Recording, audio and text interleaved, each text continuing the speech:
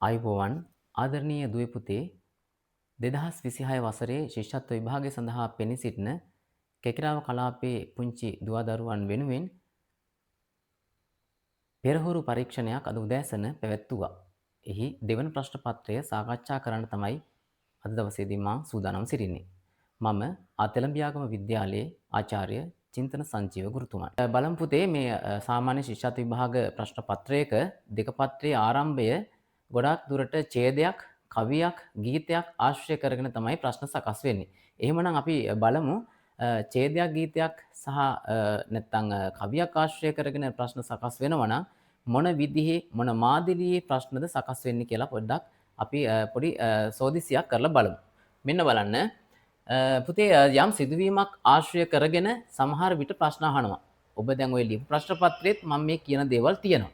ඊළඟට තමයි ඡේදයක්, කවියක්, ගීතයක් ආශ්‍රිතව සමානාර්ථ පද හොයලා ලියන්න. එහෙමත් නැත්නම් විරුද්ධාර්ථ පද හොයලා ලියන්න. එහෙමත් නැත්නම් යුගල පදයක් තියෙනවා නම් ඒ ආශ්‍රිතව හොයලා ලියන්න. එහෙමත් නැතිනම් විශේෂණ පදයක් තියෙනවා නම් සොයලා ලියන්න. ඒත් එක්කම සංඥක අකුරක් යෙදිච්ච වචනයක් තියෙනවා නම් සොයලා උපුටගෙන ලියන්න. ඒත් එක්කම තව තියෙන්න පුළුවන් මූර්තජ අක්ෂර යෙදිච්ච වචනයක් සොයලා ලියන්න. අපි දන්නවා සිංහල හෝඩියේ සිංහල භාෂාවේ මූර්තජ අක්ෂර තුනක් තියෙනවා. මූර්තජ න, මූර්තජ ෂ, මූර්තජ ල. ඒ වගේ අක්ෂර යෙදිච්ච වචන සොයලා ලියන්න එන්න පුළුවන්. ඒත් එක්කම තාළුජ අකුරක් යෙදිච්ච වචනයක් සොයලා ලියන්න. විශේෂයෙන්ම තාළුජ අක්ෂර නම් තියෙන පුතේ එකම එකයි. තාළුජ ෂ අකුර විතරමයි. එහෙනම් ඒ වගේ ප්‍රශ්නයක් සකස් වෙන්නත් බැරි කමක් නැහැ. මහා ප්‍රාණ අකුරු යෙදුණු වචන සොයා ලියන්නත් එනවා. බොහෝ දුරට ප්‍රශ්න පත්‍රවල ඇවිත් තියෙනවා මහා ප්‍රාණ අකුරක් යෙදිච්ච වචනයක් සොයලා ලියන්න කියලා. ඔබ දන්නවද මොනවද මහා ප්‍රාණ අකුරු? ක, ච, ට, ත, ප, ග, ජ, ඩ, ද, බ. ඔන්න ඔය වගේ අක්ෂර 10ක් තියෙනවා මහා ප්‍රාණ අකුරු විදිහට. එහෙනම් ඔන්න මේ වගේ මහා ප්‍රාණ අක්ෂරයක් යෙදිච්ච වචනයක් සොයලා ලියන්න එන්නත් පුළුවන්. ඒත් එක්කම පුතේ උපමාවක් සොයා ලියන ප්‍රශ්න දැන් ප්‍රශ්න පත්‍රවලදී ඔබට නිතර හම්බ වෙන ප්‍රශ්නයක් බවට පත් වෙලා තියෙනවා. එහෙමනම් අපි මෙතනදී උපමාව, උපමේය සහ නිපාත පදේ හඳුනාගත යුතුයි. ඔන්න ඔය වගේ ප්‍රශ්න සකස් වෙලා තියෙන්න පුළුවන්. ඒත් එක්කම පුතේ ඔන්න සුවිශේෂී ප්‍රශ්නයක්.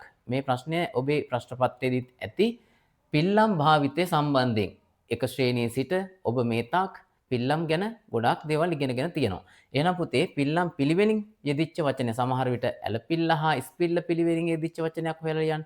අන්න ඒ විදිහේ ප්‍රශ්න මාදිලියේ ප්‍රශ්නත් මේකේ තියෙන්න පුළුවන්.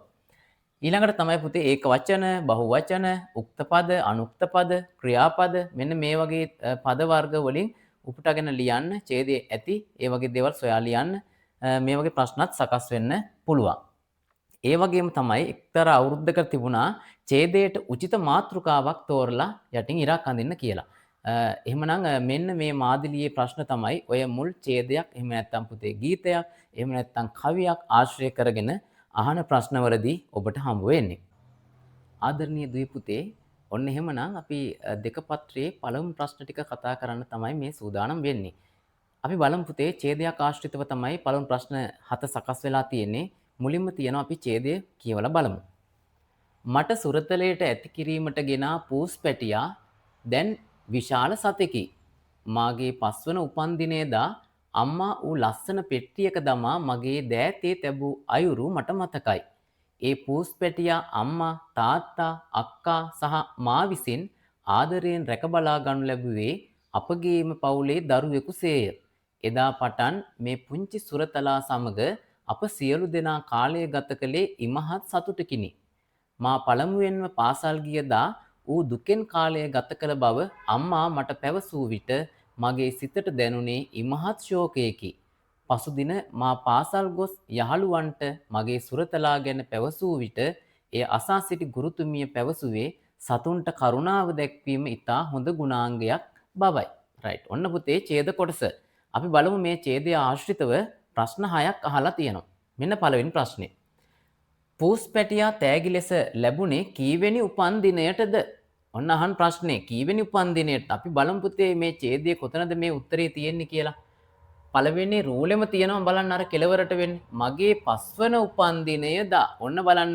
එතන පිළිතුර තියෙනවා. එහෙනම් ඔබ බලන්න ඕනේ පිළිතුර අපි ලියන්නේ කොහොමද? වචන කීයක් තියෙනවද? පස්වන උපන්දිනය. එහෙනම් ඔන්න පිළිතුර ලියනකොට තමයි ඊළඟ වැඩේ. වචන 3කට ලියලා තියෙනවා නම් ඔන්න ඔබ වඩා නිවැරදි. මෙන්න මෙහෙම පිළිතුරක් ලියලා තියෙනවා නම් ඒත් වැරද්දක් නැහැ. අහන්නේ කීවෙනි උපන්දිනයටද? පස්වන ගැටලුවක් නැහැ. එහෙනම් පුතේ මේ පිළිතුරු දෙක හරියට බලන්න මේ අත්අකුරු අඩුපාඩුකමක් නැතිව ඔබ ලියලා තියෙනවා නම් ඔබට නිවැරදි පිළිතුරක් විදියට අපි සලකන්න පුළුවන්. හොඳයි. අපි දැන් යන්න හදන්නේ දෙවෙනි ප්‍රශ්නෙට. අම්මා පූස් පැටියා දමා දුන්නේ කෙසේද? කොහොමද මේ අම්මා මේ පූස් පැටියව දාලා දුන්නේ? කොතනද බලන්න මේකට උත්තරේ තියෙන අපි යමු හොයාගෙන පිළිතුර තියෙන තැන. මෙන්න බලන්න දෙවෙනි රූලේ තියෙනවා. අම්මා ඌ ලස්සන පෙට්ටියක දමා මගේ දෑතේ තැබූ අයුරු මට මතකයි. එහෙනම් කොහොමද අම්මා මේ පූස් පැටියව දුන්නේ? ලස්සන පෙට්ටියක. එහෙම නැත්නම් ලස්සන පෙට්ටියක දමා. ඔන්න ඔය පිළිතුරු දෙකෙන් එක පිළිතුරක් ලියලා තිබුණොත් ඔබ නිවැරදි. එහෙනම් ඔන්න දෙවෙනි පිළිතුර වශයෙන් ලස්සන පෙට්ටියක නැත්නම් ලස්සන පෙට්ටියක දමා. රයිට්. අපි යමු බලන්න නම් පුතේ තුන්වෙනි ප්‍රශ්නයට. මෙන්න තුන්වෙනි ප්‍රශ්නය. පූස් පැටියා රැක බලා ගත්තේ කවුරුන්ද? කවුරුන්ද?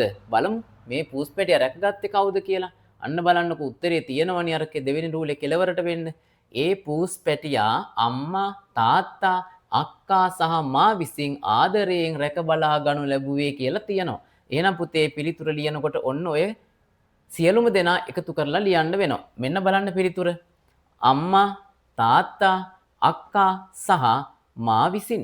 ඔන්න ඔය විදිහට පිළිතුරක් තිබුණොත් ඔන්න ඔබට ලකුණු ලැබෙනවා. එහෙම නැත්නම් අම්මා, තාත්තා, අක්කා සහ මා. ඔන්න ඔය කියන පිළිතුරු දෙකෙන් ඔබ එක පිළිතුරකට ලියලා තියෙනවා නම් ඔබ වඩා නිවැරදි. එහෙනම් බලන්න පුතේ මම දැන් මේ සාකච්ඡා කරපු ප්‍රශ්න තුනම සකස් වෙලා තියෙන්නේ ඡේදයේ යම් සිදුවීමක් ආශ්‍රය කරගෙන. මම මුලින්ම ප්‍රකාශ කරන්නේ ඔයාලට මේ ඡේදයේ මොන මොන විදිහේ මොන මාදිලියේ ප්‍රශ්න සකස් වෙන්න පුළුවන්ද කියලා. එතෙන්දි මම කියලා දුන්නානේ ඔයාලට යම් සිදුවීමක් ආශ්‍රය කරගෙන ප්‍රශ්න සකස් වෙන්න පුළුවන් කියන එක. එහෙනම් මෙන්න මේ මුල් ප්‍රශ්න තුනම ඔය විදිහේ ප්‍රශ්න තුනක් තමයි දැන් අපි සාකච්ඡා කරේ. හොඳයි. පුතේ දැන් අපි යමු බලන්න හතරවෙනි ප්‍රශ්නෙට. ඡේදයේ සඳහන් උපමාව කුමක්ද? ඔන්න උපමාව කියන දේ අහලා ප්‍රශ්නයක් තියෙනවා. බලමු අපි කොතනද මේ උපමාව තියෙන්නේ කියලා. මෙන්න තියෙනවා තුන්වෙනි රූලේ. බලන්න පුතේ මෙතන ඉඳලා අපි කියමු. මා විසින් ආදරයෙන් රැක බලා ගනු ලැබුවේ අපගේම පවුලේ දරුවෙකුසේය. කොහොමද රැක බලා ගත්තේ? මෙන්න ඔය ඉරිගහලා තියෙන කොටස විතරයි උපමාවට අයිති වෙන්නේ. අපගේම පවුලේ දරුවෙකුසේ. බලමු පිළිතුර හරිද කියලා. මෙන්න බලන්න. මෙන්න මෙතන තමයි පුතේ ඊටාම වැදගත් තැන. ඔබ පිළිතුරු සටහන් කරනකොට මෙන්න මේ ම අකුර ඈත් කරලා අපි කියනකොට නිපාත පදයක් විදිහට සලකනවා. එහෙනම් මෙන්න මේ ම අකුර ඈත් කරලා ලියවිලා තියෙන්න ඕනේ. නැත්නම් ඔබට ලකුණු හම්බ වෙන්නෙම නැහැ. අපගේම පවුලේ දරුවෙකු සේ 1 2 3 4 5යි. පහකට වෙන් වෙච්ච පිළිතුරක් තමයි මෙතන නිවැරදි පිළිතුර විදියට සලකන්නේ. එහෙනම් හොඳට මතක තියාගන්න පුතේ මෙන්න මේ වගේ තැන් තමයි ඔබ නොසලකිල්ලෙන් පිළිතුරු සපයන තැන්. මේවා ගැන විශේෂයෙන් වැඩි අවධානයක් යොමු කළොත් ඔබට හොඳ ලකුණක් ලබා ගන්න මේක පිටිවහලක් වෙයි. රයිට්. අපි යම් බලන්න පුතේ එහෙනම් පස්වෙනි ප්‍රශ්නෙට ගුරුතුමිය පැවසුවේ කුමක්ද? බලමු ගුරුතුමිය මොකද්ද පැවසුවේ කියලා. මේන් තියෙනවා ගුරුතුමිය පැවසුවේ කියන වචනයක් මෙතන. එහෙනම් අපි බලමු පුතේ ඡේදයේ තියෙන්නේ මෙන්න මෙහෙමයි. සතුන්ට කරුණාව දැක්වීම ඊටා හොඳ ගුණාංගයක් බව. ඔන්න බලන්නකෝ. නැත්තම් අර බව කියන කෑල්ල නැතත් ප්‍රශ්නයක් නැහැ. සතුන්ට කරුණාව දැක්වීම ඊටා හොඳ ගුණාංගයක්. ඔන්න එහෙම තමයි මේ ගුරුතුමිය පවසලා තියෙන්නේ. පුතේ හොඳට බලන්න මෙන්න මේ නයන්න මූර්ධජ වෙන්න ඕනේ. නේද? මේ දික්කිස් පිල්ලක් තියෙනවා. සමහර ළමයි දන්නේම නැතුව දික්කිස් පිල්ල දාන්න නැතුව නිකම් ඉස්පිල්ල දාන අවස්ථා තියෙනවා. ඊළඟට මේ ගුණාංගයක් කියනකොට නයන්න මූර්ධජ වෙන්න ඕනේ. මේකේ වරදින්න පුළුවන් අකුරු මේ හොඳ කියනකොට සංඥකයක් තියෙන්න ඕනේ. මෙන්න මේ අක්ෂර ගැන ඉතාම සැලකිලිමත්ව ඔබ පිළිතුරු ලියන්න ඕනේ. ඊළඟට තමයි පුතේ මෙන්න මෙතන තියෙන රු අකුර. රු කියන අකුරේ තියෙන මොකද්ද පිල්ලක්? රු කියන අකුරේ තියෙන්නේ කෙටි ඇද පා පිල්ලක්. එහෙනම් ඔන්න රු අකුරත් රැ අකුරත් අතර වෙනස්කමක් තියෙනවා. ඔන්න බලන්නකො පොඩ්ඩක්. මේ තියෙන්නේ රු අකුර, මේ තියෙන්නේ රැ අකුර. එහෙනම් ඔබ ලියනකොට වැරදිලා හෝ මෙන්න මෙහෙම ඉහලින් පටන්ගෙන ඒකට කියන්නේ කෙටි ඇදය. කෙටි ඇද පිල්ල දාලා තිබුණොත් එහෙම ඔන්න ඔබ වැරදි. එහෙනම් මේ තියෙන විදිහට රු අකුර ලියලා තිබුණොත් විතරයි ඔබ නිවැරදි පිළිතුරක් විදියට සටහන් කරලා තියෙන්නේ. එහෙනම් බලමු වචන කීයද කියලා. 1 2 3 4 5 6 7යි. ඔන්න ඔය ආකාරයට පිළිතුර ලියලා තියෙනවා නම් පමණයි ඔබට මේ ඡේදයේ ආශ්‍රිත ප්‍රශ්නවලදී සියලුම ලකුණු ලබා ගන්න හැකියාව ලැබෙන්නේ. හොඳයි. දැන් අපි යන්න හදන්නේ පුතේ 6 වෙනි ප්‍රශ්නෙට. ඔන්න මම අර මුලදීම පටන් ගන්න ඡේදේ පටන් ගන්න කලින් කිව්වනේ යමක් මේ ප්‍රශ්න සකස් වෙන්න පුළුවන් මාදිලි ගැන. මෙන්න බලන්නකෝ. සමානාර්ථ පදයක්ද විරුද්ධාර්ථ පදයක්ද අහන්නේ. මෙතන අහන්නේ පුතේ විරුද්ධාර්ථ පදයක්. සතුට කියන්නට ඡේදයේ යෙදී ඇති විරුද්ධාර්ථ පදය කුමක්ද? බලමු පිළිතුර මොකක්ද කියලා. ශෝකයකි. මං අහන්න යමක්. මේ පිළිතුර ශෝකය කියලා ලිව්වොත් වැරදිද? ශෝකය කියලා ලිව්වොත් වැරදිද? වැරදි නේද? මේ බලන්නකෝ. සතුට කියලා තිබුණා නම් ශෝකය හරි. සතුටකි කියන්නක් තියෙනවා. ඔන්න වැදගත් දෙයක්. සතුටකි කියලා තියෙනවා නම් ශෝකයකි කියන්න තිබිය යුතුමයි. නැත්තම් ඔන්න ඔබට ලකුණු අහිමි වෙන තැනක් බවට පත් වෙනවා. හොඳයි. දැන් අපි යන්න හදන්නේ ඡේදයේ ආශ්‍රිත වහන අවසාන ප්‍රශ්නයට. 7 වෙනි ප්‍රශ්නය. පූසා දුකෙන් කාලය ගත කළේ කවදාද? කවදාද? ඔන්න දවසක් ගැන අහන්නේ. බලමු කවදාද කියලා. මෙන්න තියෙනවා. මා පළමුවෙන්ම පාසල් ගියදා. මා පළමුවෙන්ම පාසල් ගියදා. ඒ කියන්නේ ඉස්සල්ලාම ඉස්කෝලේ ගියපු දවසේදී තමයි මේ පූසා දුකෙන් ඉන්නේ. ඇත්ත නේද? සුරතල් සතෙක් වුණත් අපි නැති වෙලාවට ඌ දුකෙන් ඉන්නවා. නේද? අපි ඉන්න වෙලාවට ඌ හරි සතුටින් ඉන්නවා. පාසල් ඇරලා එනකොට දුවගෙන එනවා අපිව පිළිගන්න. අන්න ඒ වගේ තමයි ගෙදර ඉන්න සුරතල් සත්තු. බලන්නකො මෝ දුකෙන් ඉඳලා තියෙන්නේ කවදද? මා පළමුවෙන්ම පාසල් ගියදා.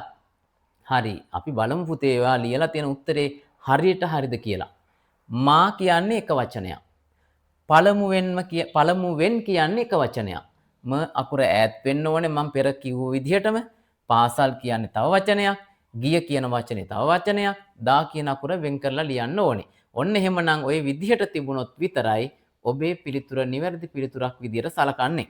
එහෙනම් ඔන්න ඡේදයේ ආශ්‍රිත ප්‍රශ්න සියල්ලම අපි ඔන්න කතා කරා. දැන් අපි යන්න හදන්නේ පුතේ දෙවෙනි ප්‍රශ්නයට. ඔන්න බලන්න පහත වචනවල අර්ථය පැහැදිලි කර ලියන්න. කෘතඥතාව. බලන්න මම මේ ෆොටෝ එකක් අරන් තියෙන්නේ ඔයාලගේ පෙළ පොතේ තියෙන අරුත් පැහැදිලි කිරීම තියෙන කොටසෙන්. බලන්න පිළිතුර කොතන තියෙන්නේ කියලා 1 2 3 4 5යි. මෙන්න මේ පස්වෙනි වචනේ නේද ඔය තියෙන්නේ. කෘතඥතාව. කළ උපකාරය උසස් කොට සැලකීම. කළ උපකාරය උසස් කොට සැලකීම. බලන්න අකුරෙන් අකුර හරියට පුතේ. කළ කියනකොට ලයන්න මූර්ධජ තියනවද කියලා බලන්න ඔබේ පිළිතුරු පත්‍රේ. උපකාරය උසස් කොට සැලකීම.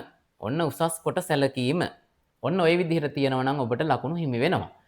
හොඳයි. දැන් ඔන්න ඒකේ දෙවෙනි අණු කොටස. ඔමරිපාන. බලමු අපි ඔමරිපාන කියන එකේ තේරුම. මෙන්න ඔබේ පෙළ පොතේ මෙන්න මෙහෙම අරුත් පැහැදිලි කිරීම තුල තිබෙනවා. 1 2 3 4 5. මෙන්න පස්වෙනියට තියෙන හොඳට බලන්න. ඔමරිපානවා කියන එකට පිළිතුරු කීපයක් තියෙනවා. බලන්න ඔයාලා ලියලා තියෙන්න ඕනේ මෙන්න මේ පිළිතුරු තුනෙන් එකක්. අඟර දඟර පෑම.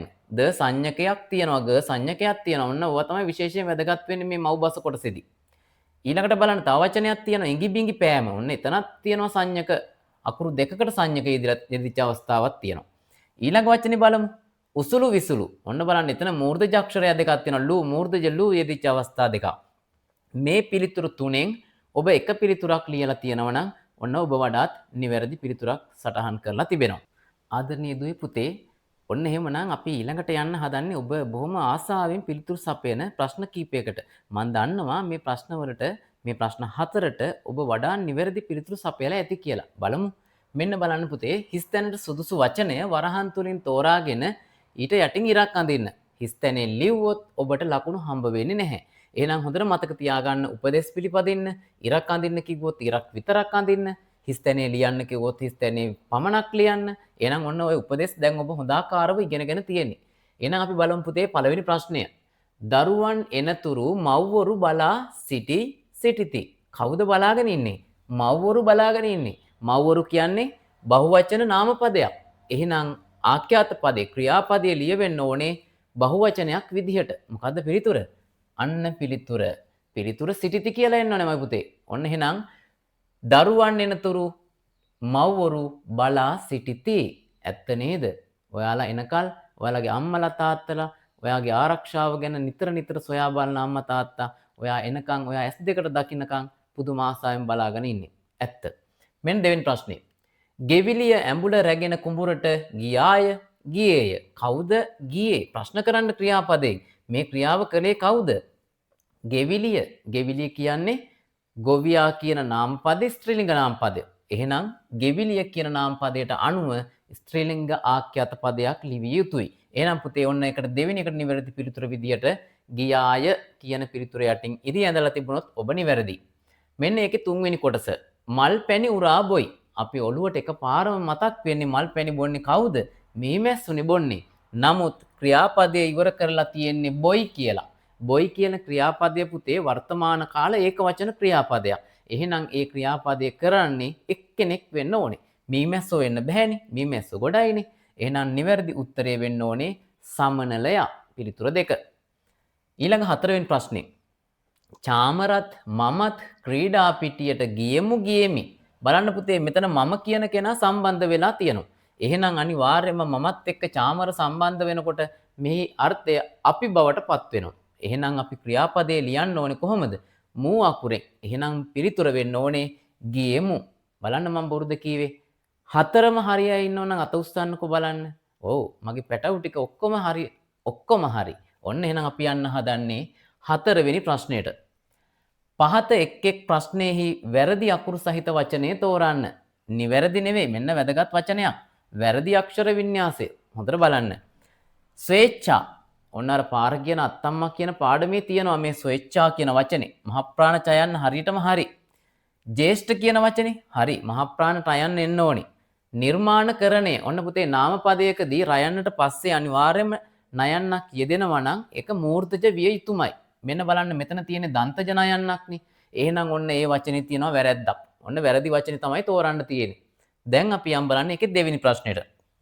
නිලධාරියා, සමර්ථ, ශ්‍රේෂ්ඨ. ශ්‍රේෂ්ඨ කියද්දී නම් පුතේ ටයන්න හරි. විශිෂ්ට කියද්දී නම් අල්ප ප්‍රාණ වෙන්න ඕනේ. ශ්‍රේෂ්ඨ කියද්දී මහ ප්‍රාණ අකුර හරි.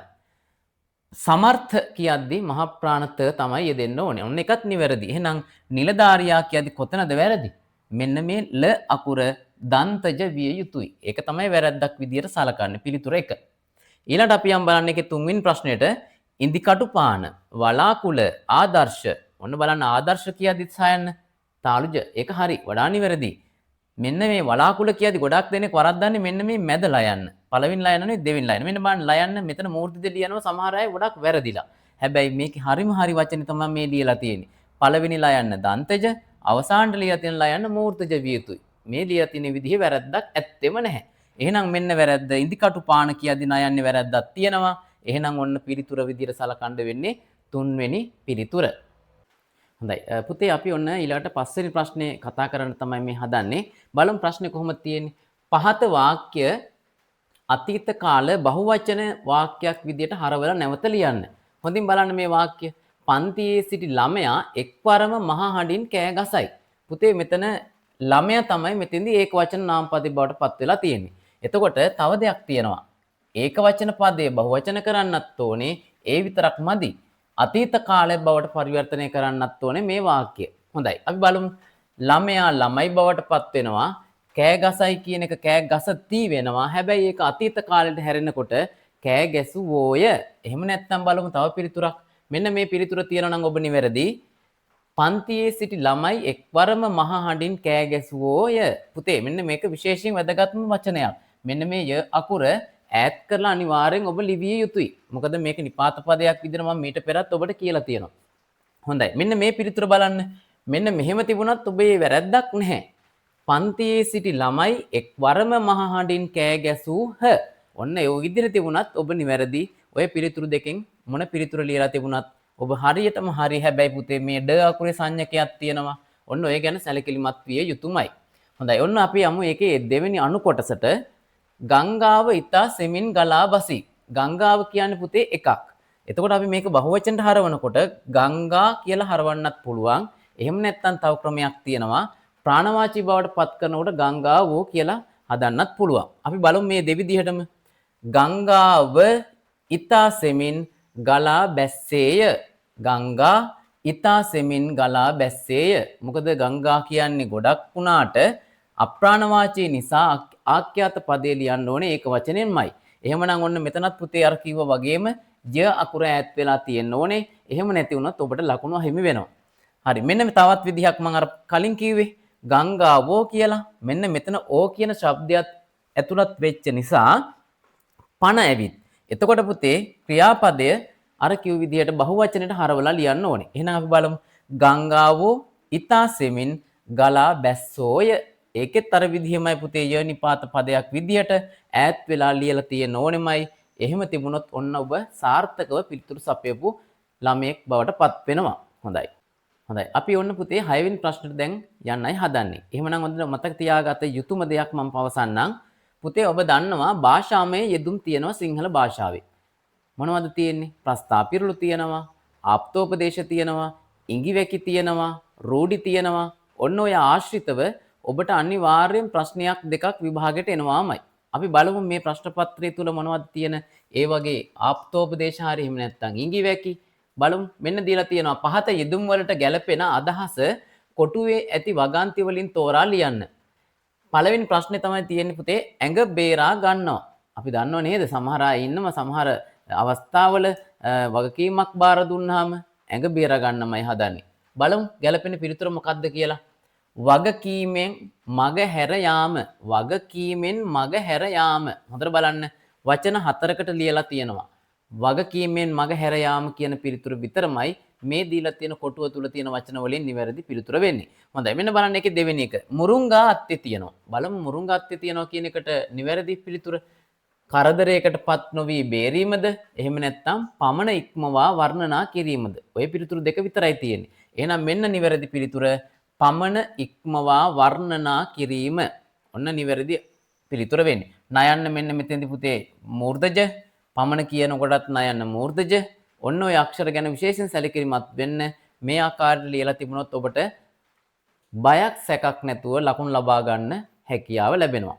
හොඳයි. දැන් අපි යමු බලන්න ඊළඟට කවියක් දීලා තියෙනවා. ඔන්න පුතේ බලන්න වට එකක් සහ තිතක් වට එකක් සහ තිතක් නාසයට සිව් ඉරක් වට එකක් සහ තිතක් මොකද්ද හිස්තැනට එන්නේ බලමු මෙන්න මේ පාඩම ඔන්න බලන්න ඔකට්ටියගේ 4 ශ්‍රේණියේ පාඩමක් තියෙන ඔන්න ඔය පාඩමෙන් උපුටාගත්ත පුංචි කවියක් තියෙන්නේ වට එකක් සහ තිතක් වට එකක් සහ තිතක් නාසයට සිව් ඉරක් වට එකක් සහ තිතක් කෙස් තුනක් හ හ හ කෙස් තුනක් එහෙනම් පුතේ හිස්තැනට ලියවෙන්න ඕනේ මෙන්න මේ වචන කීපය කෙස් තුනක් හ හ හ විරාම ලකුණකුත් තියෙනවා විස්මයාදී ලකුණක් කෙස් තුනක් ඔන්න ඔය විදිහට තිබුණොත් ඔබට ලකුණු ලැබෙනවා හොඳයි දැන් අපි යමු බලන්න ඊළඟ ප්‍රශ්නෙට අංක 8 සුදුසු විරාම ලකුණු යොදන්න පුතේ අනිවාර්ය ප්‍රශ්නයක් ශිෂ්‍යත්ව විභාගයේදී ඔබට හම්බ වෙන දෙක පත්‍රයේ 2026 ප්‍රශ්න පත්‍රයේ මෙන්න මේ ප්‍රශ්නය අනිවාර්ය ප්‍රශ්නයක් බවට පත් වෙනවාමයි. එහෙනම් විරාම ලකුණු වලින් මේ පහුගිය ප්‍රශ්න පත්‍ර පරීක්ෂා කරලා බලනකොට කොටුවක් තුල තමයි විරාම ලකුණු යොදන වාක්‍ය කොටස ලැබිලා තිබුණේ.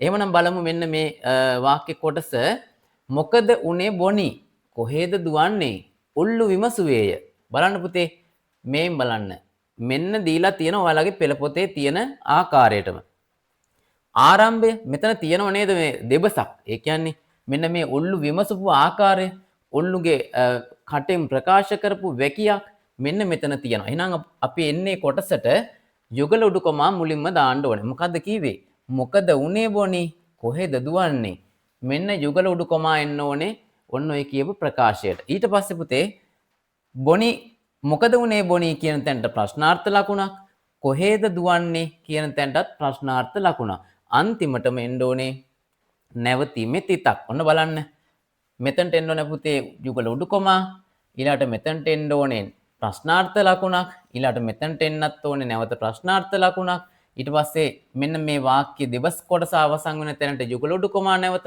ඊට පස්සේ අන්තිමටම නැවතීමේ තිත යෙදෙන්න ඕනේ ඔන්න ඔය විදිහට තියෙනවා නම් ඔබට අදාළ ලකුණු ලැබෙනවා. හොඳයි. දැන් අපි 9 වෙනි ප්‍රශ්නේ බලමු. පහත වගන්ති වලට ගැලපෙන පද වර්ගය කොටුව තුල ඇති පද වර්ග වලින් තෝරා ලියන්න. මේසය බලමු පුතේ උත්තර තුනක් තියෙනවා. මේසය කියන්නේ ක්‍රියාපදයක්ද? නැහැනේ. කරන දෙයක් නෙවෙයිනේ. එහෙනම් අපි බලමු සත්ව නාමයක්ද කියලා. අපි නම් අහලා නැහැ මේසය කියලා සතෙක් ඉන්නවා. එහෙනම් සත්ව නාමයක් වෙන්නත් බෑ. ද්‍රව්‍ය 나මයක්. ඔව් අපි අතෙන් අල්ලපුවාම අපට අහු වෙන දෙයක්. ද්‍රව්‍ය නාමයක් තමයි. එහෙනම් ඔන්න පුතේ ද්‍රව්‍ය නාම පද කියලා ලියලා තියෙනවා නම් ඔන්න ඔබට නිවැරදි පිළිතුරක් ලෙස සලකන්න පුළුවන්. බලමු අපි ඒකේ දෙවෙනි කොටස කලහ. ඔන්න කලහ කරලා ඉවරයි. ගොඩක් දෙනෙක් කරපු දෙයක්. ඒ නිසා ඒක අතීත කාල බහුවචනාක්‍යත පදයක්. එහෙමනම් ඔන්න ක්‍රියාපදය කියලා ලියලා තිබුණොත් ඔන්න ඔබට ඒ ලකුණත් ලැබෙනවා. බොහොම සරලයි. බොහොම ලේසි. පිළිතුරු හොයලා ලියන්න පුළුවන් මෙතනින්ම. හොඳයි. පුතේ දැන් ඔන්න අපි මේ වෙනකොට සිංහල භාෂාවට අදාළ ප්‍රශ්න කීපයක්ම සාකච්ඡා කරලා අවසන්. රචනාව හැර ඉතිරි සිංහල ටික ඔක්කොම අපි දැන් මේ වෙනකොට සාකච්ඡා කරා. දැන් අපි යන්න හදන්නේ පුතේ ඊළඟ භාෂාමය අවස්ථාවකට ඉංග්‍රීසි භාෂාවට. ඔන්න බලන්න ඉංග්‍රීසි භාෂාවෙන් ලකුණු 6ක් තියෙනවා. මෙන්න පළවෙනි අවස්ථාව. රූපරාම දෙකක් තියෙනවා. උදව්වට ඔබට කොටු සහිත සමහර කොටුවල අකුරු සහිතව දකින්න හම්බ වෙනවා. ඔබට පුංචි වාසියක් තියෙනවා. අකුරු කීපයක් තියෙන නිසා. මොකද්ද මේ උපකරණය? පළවෙනි උපකරණයේ තියෙන්නේ කොස්සක්. මොකද්ද කොස්සට කියන්නේ? broom. එහෙනම් බලමු අකුරු ටික. මෙන්න B R O M. ඔන්න ওই විදිහට සටහන් කරලා තියෙනවා පුතේ ඔබ නිවැරදි. ඊළඟට බලමු මෙතන තියෙන්නේ ටෙලිවිෂන් එකක්. ටෙලිවිෂන් බලමු අකුරෙන් අකුර. T E L E V I S I O N television. ඔන්න ওই ආකාරයට තියෙනවා නම් ඔන්න ඔබ නිවැරදි. ඊළඟට පුතේ ඔන්න අපිලිවෙලට වචන කීපයක් ගලපලා ලියන්න තියෙනවා. දැන් පහුගිය ශිෂ්‍යත්ව විභාගවලදී නිතර පහුගිය අවස්ථා කීපයකදීම මෙන්න මේ වර්ගයේ ප්‍රශ්න ඇවිත් තියෙනවා. අපිලිවෙලට වචන දීලා පිළිවෙලට ගලපන්න. එහෙනම් අපි බලමු. මෙතන තියෙන වචන ටික පිළිවෙලට ගලපන්න. බලන්න මෙන්න මේ විදිහට do you have a pencil? Do you have a pencil? ඔන්න ඔය විදිහට වාක්‍ය ලියලා තියෙනවා නම් ඔබ නිවැරදි. මෙන්න ඊළඟ ප්‍රශ්නේ පුතේ. ඊළඟ වාක්‍යය මෙන්න මෙහෙම නිවැරදි වෙන්න ඕනේ. Let's go to the hospital. Let's go to the hospital. බලන්න පුතේ. මෙන්න මෙතන TEL. ඔන්න ඔය විදිහට නිවැරදි වෙන්න ඕනේ. එහෙනම් ඔන්න ඉංග්‍රීසි භාෂාවේ මෙන්න මෙතන ප්‍රශ්න 4ක් තියෙනවා. බලමු තව ප්‍රශ්න දෙකක් තියෙන්න ඕනේ ඉංග්‍රීසි භාෂාවේ. මෙන්න ඊළඟ ප්‍රශ්න දෙක. එක් ඉංග්‍රීසි වචනයෙහි අර්ථය සිංහලෙන් ලියන්න. cockroach. බලමු cockroach කියන්නේ මොකක්ද කියලා. කැරපොත්තා නේද? ඔන්න කැරපොත්තා. ඔන්න කැරපොත්තා කියලා ලියලා තිබුණොත් ඔබ නිවැරදි. drumsticks. බලන්න drumstick කියන්නේ මොනවටද? මුරුංගා. ඔන්න මුරුංගා කියලා ලියලා තිබුණොත් ඔබට ලකුණු ලැබෙනවා. අපි බලමු ඒත් එක්කම පුතේ දෙමළ තියෙනවා. ඔබට ලකුණු දෙකක් තියෙනවා දෙමළ විෂයට අදාළව. එකක් වචනයක් පරිවර්තනය කරලා ලියන්න සිංහල භාෂාවෙන්. ඊළඟට දෙන්න පුළුවන් පුංචි වාක්‍යයක්, වචන දෙක තුනක වාක්‍යයක්. ඒක පරිවර්තනය කරලා ලියන්නත් ඔන්න අවස්ථාවක් ලැබෙනවා. හරි. උංගලුක්කු කියන්නේ මොකද්ද? උංගලුක්කු. උංගලුක්කු කියලා කියන්නේ ඔබට නැත්නම් ඔයාට. ඔබට ඔයාට කියන අදහස තමයි උංගලුක්කු කියලා කියන්නේ. ඔන්න ඒකේ දෙවෙනි කොටස. මල්ලි ඇස් වහන්න. මල්ලිට මොකද්ද දෙමළෙන් කියන්නේ? මල්ලිට කියන්නේ තම්බි. ඇස් වහන්න කියන්නේ කන්මෝඩුංගල්. එහෙනම් පිළිතුර ලියවෙන්න ඕනේ තම්බි කන්මෝඩුංගල්. ඔන්න ওই විදිහට තියනවා නම් ඔබ නිවැරදි. හොඳයි. පුතේ දැන් අපි මේ වෙනකොට සිංහල භාෂාවට අදාළ ප්‍රශ්න කීපයකුත් ඒත් එක්කම ඉංග්‍රීසි භාෂාව, ඒ වගේම දෙමළ භාෂාවට අයිති සියලුම ප්‍රශ්න අපි සාකච්ඡා කරලා අවසන්. එහෙනම් දැන් අපි යන්න හදන්නේ ඔන්න ගණිතයේ විෂයට. ලකුණු 30ක් 32ක් විතර ලකුණක තිබෙන විෂයක්. එහෙනම් ඔන්න හොඳින් අහගන්න, හොඳට බලන්න. ඔබ හොඳින් ගණන් හදන්න දන්නවා සිංහල විෂයේ යම් යම් කරුණු වලටත් වඩා. හොඳයි. මෙන්න පුතේ පළවෙනි ප්‍රශ්නය. රවුම තුල ඇති ඉලක්කම් යොදාගෙන සෑදිය හැකි කුඩාම සංඛ්‍යාව අකුරෙන් ලියන්න. ඔන්න වැදගත් දෙයක්. මෙන්න මේ වචනේ වැදගත්ම වැදගත්. අකුරෙන් ලියන්න තියෙන්නේ. දැන් සමහර විට ඔබ ලියපු පිළිතුරේ ඇත්තේ ඉලක්කමින්. එහෙම වුණොත් ඔබට ලකුණු ලැබෙන්නේ නැහැ. ඒ නිසා හොඳට මතක තියාගන්න අකුරෙන් ලියන්න කිව්වොත් ඔබ අකුරෙන්ම ලියන්න ඕනේ පිළිතුර. එහෙනම් අපි දැන් බලමු පුතේ කුඩාම සංඛ්‍යාව හදනකොට මෙතන බිඳුවකුත් තියෙනවා. එහෙනම් බිඳුව කියන ඉලක්කම අපිට මුලට යොදාගත්තොත් එහි අගයක් දෙන්න බෑ. ඒ නිසා අපිට බලමු ඊළඟට පුතේ ඊට අඩු සංඛ්‍යාවක් තියෙනවා. ඒ කියන්නේ එකේ ඉලක්කම තියෙනවනේ. එකේ ඉලක්කම තමයි බිඳුව හැරුණකොට අඩුවෙන්ම වටිනාකමක් තියෙන ඉලක්කම. එහෙනම් එක ඉලක්කම මුලට ලියලා බිඳුවට අවස්ථාව දෙන්න ඕනේ ඊළඟට. ඊට පස්සේ 3 ඉලක්කම, ඊට පස්සේ අවසානෙටම තමයි 7 ඉලක්කම. එහෙනම් අපි මේ සංඛ්‍යාව බලමු කීයද කියලා. 1037. බලන්න පිළිතුර 1037 ඉලක්කමෙන් ලියලා තිබුණොත් ලකුණු නැහැ.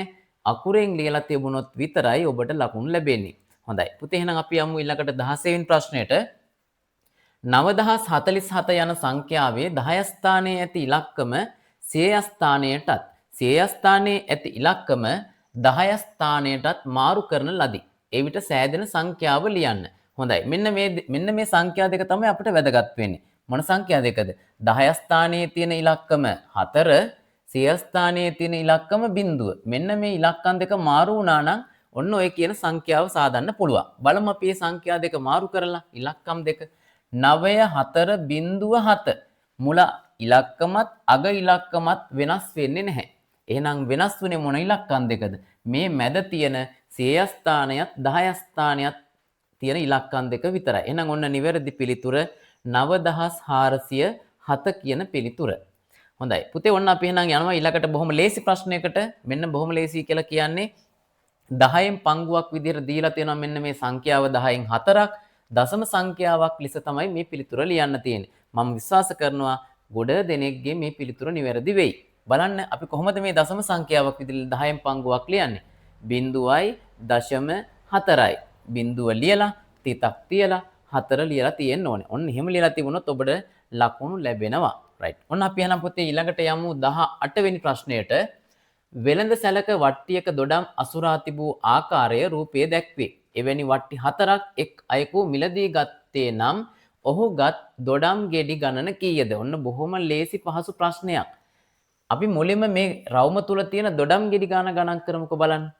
1යි 2යි 3යි 4යි 5යි 6යි 7යි 8යි 9යි 10යි 11යි 12යි 13යි 14යි 15යි 16යි 17යි 18යි ඔක්කොම 18ක් තියෙනවා. එහෙනම් පුතේ 18 බැගින් තියෙන වට්ටි කීයක්ද? වට්ටි 4ක්. එහෙනම් අපි මේ 18 කියන සංඛ්‍යාව 4ෙන් ගුණ කරන්න ඕනේ. එතකොට අපිට පිළිතුරක් එනවා 72යි. ඔන්න ඔබේ පිළිතුර 72 කියලා ලියලා තියෙනවා නම් ඔබට ලකුණු ලැබෙනවා. ලකුණු දෙකක ප්‍රශ්නයක්. ඔන්න ගණිතයේ විශේෂත්වය එකයි ලකුණු දෙක ලැබෙනවා. හොඳයි. දැන් අපි යන්න හදන පුතේ 19 වෙනි ප්‍රශ්නයට පැන්සල් 720ක් එක් අයෙකුට 7 බැගින් ලැබෙනසේ බෙදා දුන් විට ඉතුරු වන පැන්සල් ගණන. ඔන්න විශේෂයෙන්ම වැදගත්ම කරුණක්. මෙන්න බලන්න. අහන්නේ අපෙන් ඉතුරු වන පැන්සල් ගණන පමණයි.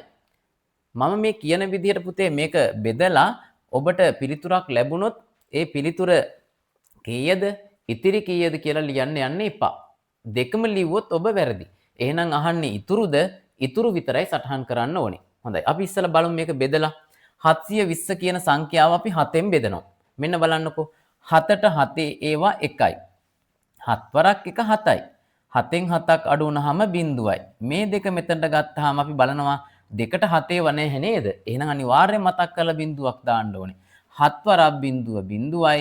2කින් බිඳුවක් අඩු වුණාම 2යි. මේ බිඳුව මෙතනට ගෙනාපුවාම 20යි. 20ට තියෙනවා 7 ඒවා 2ක්. 7 වරක් 2 14යි. 20ෙන් 14ක් අඩු වුණාම 6යි. ඔන්න එහෙනම් අපිට වැදගත්ම වෙන්නේ මෙන්න මේ පහළම ආපු පිළිතුර. අපිට වැදගත් වෙන්නේ නැහැ දැන් 102 කියන පිළිතුර. සමහරු ලියලා ඇති මේ වෙනකොට 102යි ඉතිරි 6යි. දෙයිද ලකුණු? අනේ නෑ. ලකුණු හම්බ වෙන්නේ නැහැ. එහෙනම් පුතේ ඔබ ලියලා තියෙන්න ඕනේ ඉතිරි ප්‍රමාණය විතරමයි. 102යි ඉතිරි 6 ලියලා තියෙනවා නම් ඒකට ලකුණු හම්බ වෙන්නේ නැහැ. හොඳින් මතක තියාගන්න. හොඳයි. ඔන්න පුතේ අපි 20 වෙනි ප්‍රශ්නෙටයි මේ යන සූදානම් වෙන්නේ. 20 වෙනි ප්‍රශ්නේ තියෙනවා රූපයේ දක්වා ඇත්තේ සාදා තිබූ ඝන වස්තුවක් අලවා එහි මුහුණත් යම් රටාවකට තබා තිබූ ආකාරයයි. එම ඝන වස්තුවේ නම කුමක්ද? බලන්න මේ දීලා තියෙන හැඩතල මොනවද කියලා. ත්‍රිකෝණාශ්‍රාකාර හැඩතල 4කුයි සමචතුරාශ්‍රාකාර හැඩතල 2කුයි තියෙනවා. අපිට හදන්න පුළුවන් ද ඝනකයක්? බැහැනේ. ඝනකයක් හදනවා නම් අපිට සමචතුරාශ්‍රාකාර මුහුණත් 6ක් ඕනේ. එහෙනම් ත්‍රිකෝණාශ්‍රාකාර මුහුණත් 6ක් තිබ්බත් අපිට ඝනකාභයක් හදන්න පුළුවන්. ඔබ දැකලා තියෙනවනේ දන්තාලේප පෙට්ටියක් අපි සිදුරු කැමරාවක් හදන්න ගන්නේ. අන්නේ දන්තාලේප පෙට්ටියක දෙපැත්තේ පියන් දෙක සමචතුරාශ්‍රාකාරයි. අනිත් හතර පැත්තම ත්‍රිකෝණාශ්‍රාකාරයි. එහෙනම් ඔන්න මේ වගේ පින්තූරයක් අපිට නිර්මාණය කරගන්න පුළුවන්. ඔය තියෙන ඝන වස්තුවට අපි කියන්නේ ඝනකාභය කියලා. ඔන්න පිළිතුර ඝනකාභය පමණමයි. ලකුණු දෙකක් හිමි වෙන ප්‍රශ්නයක්. හොඳයි. දැන් එහෙනම් ඔන්න අපි පුතේ 21 වෙනි ප්‍රශ්නයට යමු. වෙලෙන්දෙක් රම්බුටන් ගෙඩි 365ක ප්‍රමාණයකින් පළමු දින විකුණු පසු රම්බුටන් ගෙඩි 130ක් ඉතිරි වුණි. දෙවන දින විකිණීම සඳහා තවත් රම්බුටන් ගෙඩි 480ක් ගෙනෙන ලදී. දෙවන දිනේ අවසානයේ රම්බුටන් ගෙඩි 50ක් ඉතිරි වූයේ නම් දින දෙකේදීම විකුණු මුළු රම්බුටන් ගෙඩි ගණන කීයද? ඔන්න මෙතෙන්දී නම් මේ ගාන විසඳ ගන්න පීවර කීපයක් අපිට විවිධ ගණිත කර්ම භාවිත කරන්න වෙනවා. මොකද මම එහෙම කියන්නේ සමහර අවස්ථාවල එකතු කරන්නත් සිද්ධ වෙනවා. තව සමහර වෙලාවෙදී අඩු කරන්නත් සිද්ධ වෙනවා. අපි බලමු පියවරෙන් පියවර යම් බලන්න වැඩ කටු වැඩක් කරගෙනම වෙලෙන්දෙක් රම්බුටාන් ගෙඩි 365ක ප්‍රමාණයකින් පළමු දිනයෙන් විකුණුව පසු රම්බුටාන් ගෙඩි 130ක් ඉතිරි වුණාලු. එහෙනම් බලමු අපි 365න් 130ක් අඩු කරලා මෙන්න අපට පිළිතුරක් එනවා 235යි. ඊට පස්සේ පුතේ 235ට පළමු දිනේනේ අපි මේ රම්බුටාන් ගෙඩි 235ක් විකුණුවේ. එහෙනම් දැන් අපි බලමු මේ 235න් ඊළඟ දවසේදී පුතේ අලුතෙන් එකතු කරගෙන තියෙනවා 480ක්. ඒ කියන්නේ මෙතන 130ක් තිබුණානේ ඉතුරු වෙලා. ඒ ඉතුරු වෙච්ච ප්‍රමාණයට දෙවෙනි දවසේදී දිනයේ ආරම්භයේදී රම්බුටාන් ගෙඩි 480ක් අලුතෙන්ම අරගෙන තියෙනවා. දැන් ওই දෙකම එකට එකතු කරපුවාම දෙවන දිනේ ආරම්භයේදී විකුණන්නට පෙර ගෙඩි 610ක් තියෙනවා. දැන් බලන්න පුතේ මේ ගෙඩි 610න් ඊට පස්සේ කියනවා අපිට ගෙඩි 50ක් ඉතුරු වුණාලු. එහෙනම් දෙවෙනි දවසේදී මෙන්න මේ 560ක් කියන ප්‍රමාණය අලෙවි කරලා තියෙනවා. එහෙනම් අපි දැන් බලමු දෙවෙනි දවසේදී 560ක් විකුණලා තියෙනවා. පළවෙනි දවසේදී 235ක් විකුණලා තියෙනවා. එහෙනම් දින දෙකේම විකුණුපු ගාන හොයන්න ඕනේ නම් 235යි මේ තියෙන 560යි දෙකම එකතු කරන්න ඕනේ. එකතු කරපුවාම පිළිතුරක් අපිට ලැබෙනවා 795යි. ඔන්න එහෙනම් 795 ලියලා තියෙන යාළුවෝ ඔක්කොටම ලකුණු දෙකක් ලැබෙනවා. ඔන්න නිවැරදි පිළිතුර එහෙනම් 795. හොඳයි. මෙන්න ඊළඟට අපි යමු බලන්න පුතේ 22 වෙනි ප්‍රශ්නෙට. 22. රූපයේ දැක්වෙන A භාජනයෙන් 5 වාරයක් ජලය පුරවා B භාජනයට දැමූ විට B භාජනයෙන් උතුරා යන ජල ප්‍රමාණය කොපමණද? මේ බලන්න පුතේ A භාජනයේ තියෙනවා ලීටර 2ක ප්‍රමාණයක්. B භාජනයේ තියෙනවා ලීටර 8යි මිලිලීටර 500ක ප්‍රමාණයක්. දැන් අපි බලමු 5 වාරයක් දානවලු A භාජනයෙන්. ඒ කියන්නේ දෙක ගානේ 5 වාරයක් කියන්නේ දෙවරක් 5 ලීටර 10ක්. ලීටර 10ක් දාන්න බෑනේ මේ B භාජනයේට. එහෙනම් ඒකේ දාන්න පුළුවන් උපරිම ධාරිතාවය තමයි ලීටර 8යි මිලිලීටර 500ක්. එහෙනම් අපිට දැන් සිද්ධ වෙනවා ලීටර 10ක් කියලා කියන්නේ මිලිලීටර දසදහසක්නේ. එහෙනම් ඒකෙන් අඩු කරන්න ඕනේ මෙතන තියෙන මිලිලීටර වලින් අපි පරිවර්තනය කරලා ගත්ත මිලිලීටර 8500. එහෙනම් දසදහසෙන් 8500ක් අඩු කරපුවාම පිළිතුරක් එනවා 1500යි. එහෙනම් මේ අපතේ යනවනේ උතුරලා යන ප්‍රමාණය 1500යි කියලා. හැබැයි අපිට පිළිතුර සටහන් කරන්න තියෙන පුතේ ලීටර හා මිලිලීටර වලින්. එහෙනම් අපි මේක වෙන් කරගමු දැන්. මිලිලීටර වලින් නම් මෙතන 500ක් තියෙනවා. ලීටර වලින් එකක් තියෙනවා. එහෙනම් ඔබ ලියලා තියෙන්න ඕනේ පිළිතුර විදිහට මෙන්න මෙතන ලීටර 1යි මිලිලීටර 500යි. ඔන්න ඔය ආකාරයේ පිළිතුරක් සටහන් කරලා තියෙනවා නම් ඔබට ලකුණු දෙකක් හිමි වෙනවා. ඔන්න අපි එහෙමනම් පුතේ ඊළඟට 22 වෙනි ප්‍රශ්නෙට යන්න හදන්නේ බිල්පතක්. ඔන්න බිල්පත නම් අනිවාර්ය ප්‍රශ්නයක් බවට පත් වෙලා තියෙනවා දැන් දෙක පත්‍රේ. එහෙමනම් අපි බලමු පුතේ පහත බිල්පතේ හිස්තැන් නිවැරදිව සම්පූර්ණ කරන්න. ද්‍රව්‍ය තුනක් දීලා තියෙනවා අපිට. ඔබට පේනවා සබන් කැටයක්, දත් බෙහෙත් පෙට්ටියක්, විම් කැටයක්. ප්‍රමාණවල දීලා තියෙනවා මෙතන දෙකක ප්‍රමාණවල දීලා තියෙනවා. ඒත් එක්කම ඒකක මිල දීලා තියෙනවා වෙන වෙනම. එහෙනම් අපිට මේ හිස්තැන් දෙක සම්පූර්ණ කරන්න ඕන අපිට පුංචි වාසියක් තියෙනවා. මේ දීලා තියෙන තොරතුරුත් එක්ක අපිට මේ ගණන් හදාගන්න ලේසි වෙයි. සබන් කැට අරන් තියෙන පුතේ 4ක් එකක මිල 106යි නම් 4ක් හොයන්න අපි මොකද්ද කරන්න ඕනේ? එහෙනම් එකක් 106යි නම් 4ක් හොයන්න අපි 4ෙන් ගුණ කරන්න ඕනේ 106. මෙන්න බලන්න 106 4ෙන් ගුණ වුණාම 424යි. එහෙනම් පුතේ ඔන්න පළවෙනි හිස්තැනට පිළිතුරක් එන්න ඕනේ 424 කියන පිළිතුර. හොඳයි දැන් අපි බලමු දෙවෙනි තීරුවේ මුකුත්ම හදන්න නැහෙනි. ඒ තීරුව සම්පූර්ණයි. අය අපි ඒක දිහා බලන්න අවශ්‍යතාවයක් නැහැ. අපි එහෙනම් බලමු විම් කැට. විම් කැටයක් රුපියල් 120යිලු රුපියල් 240කට මිල දීගෙන තිබෙනවා. එහෙනම් 120කට එකයිනේ ගන්න පුළුවන්. 240ක් කියලා කියන්නේ 120 ඒවා දෙකක්නේ. එහෙනම් විම් කැට කීයක් ගන්න පුළුවන්ද? විම් සබන් කැට ගන්න පුළුවන් දෙකක්.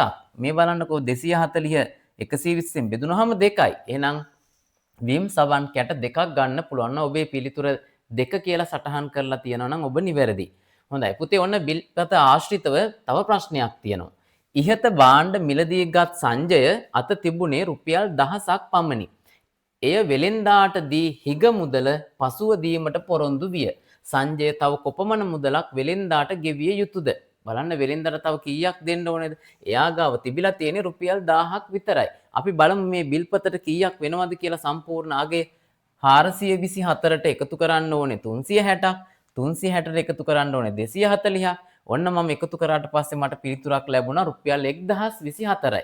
එහෙනම් අර 1000ක්නි තිබුණේ අපේ යාළුවා ගාව.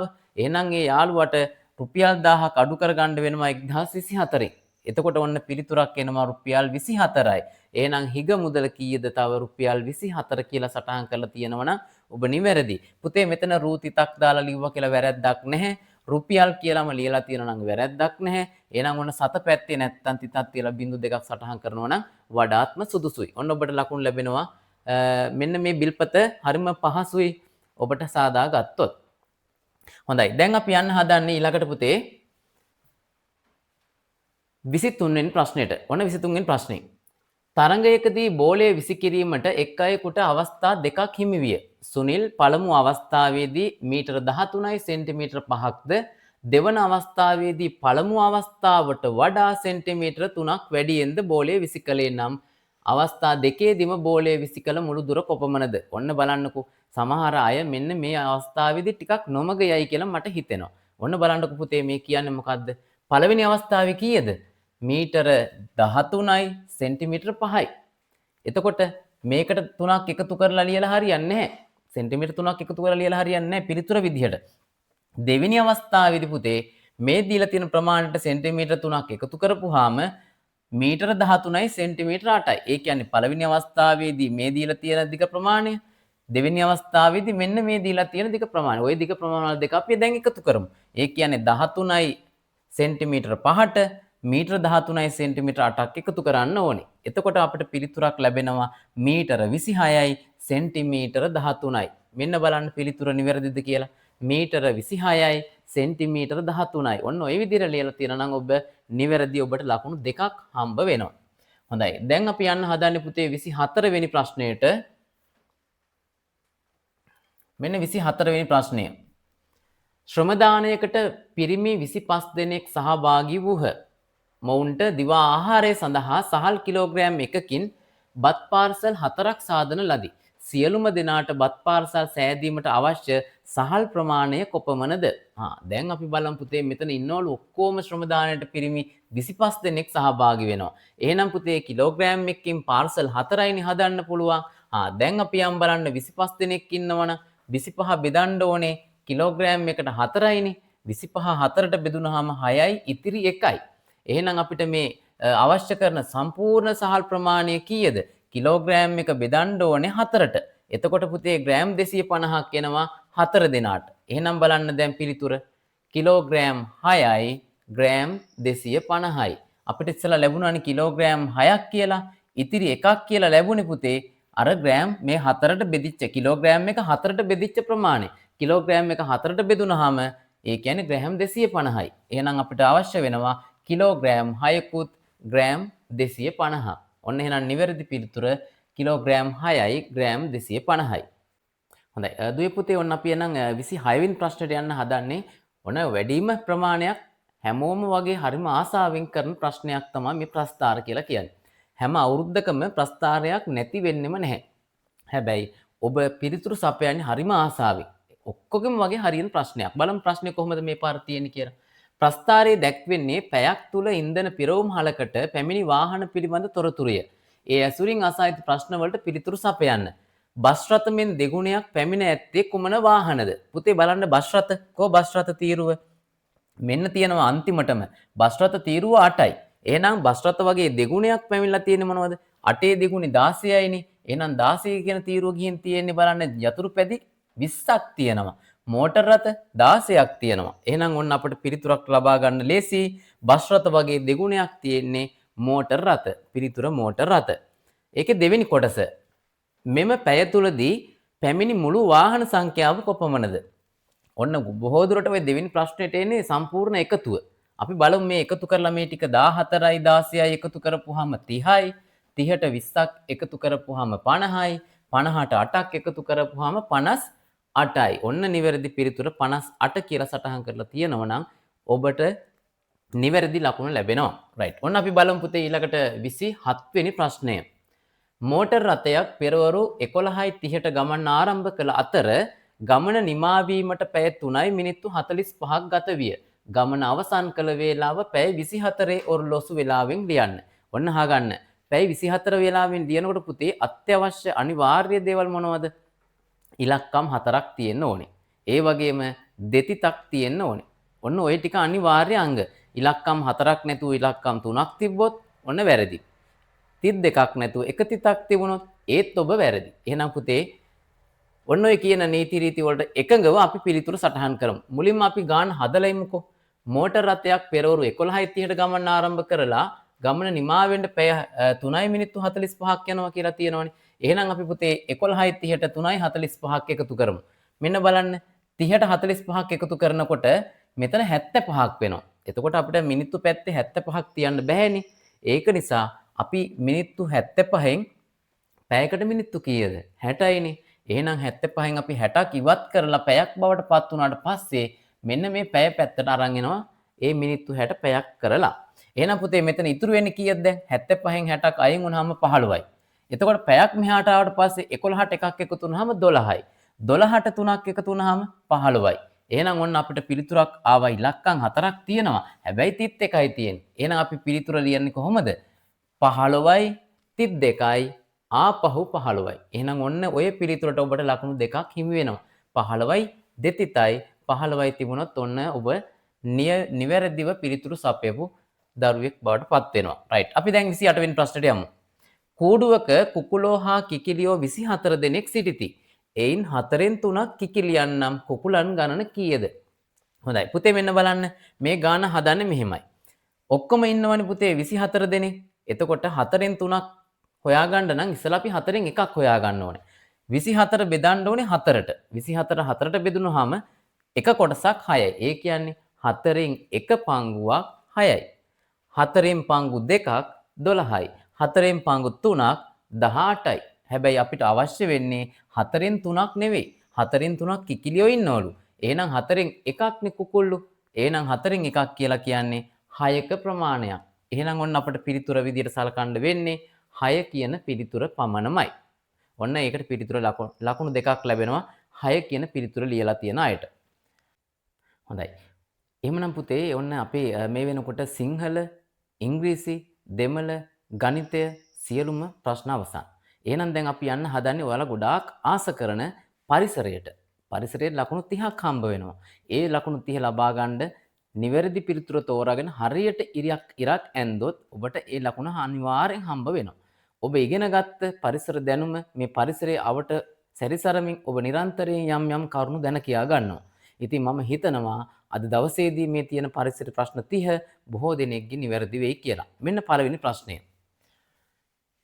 කරල් සෑදෙන ගසක් සහ කරල් සෑදෙන වැලක් පිළිවෙලින් දැක්වෙන පිළිතුර කුමක්ද? බලමු කරල් සෑදෙන ගසක් පතෝල ගසක්ද? පතෝල කරල් හැදුනට පතෝල කියන්නේ වැලක්. එහෙනම් අපිට පළවෙනි පිළිතුර ඉවත් කරන්න පුළුවන් එකපාරම.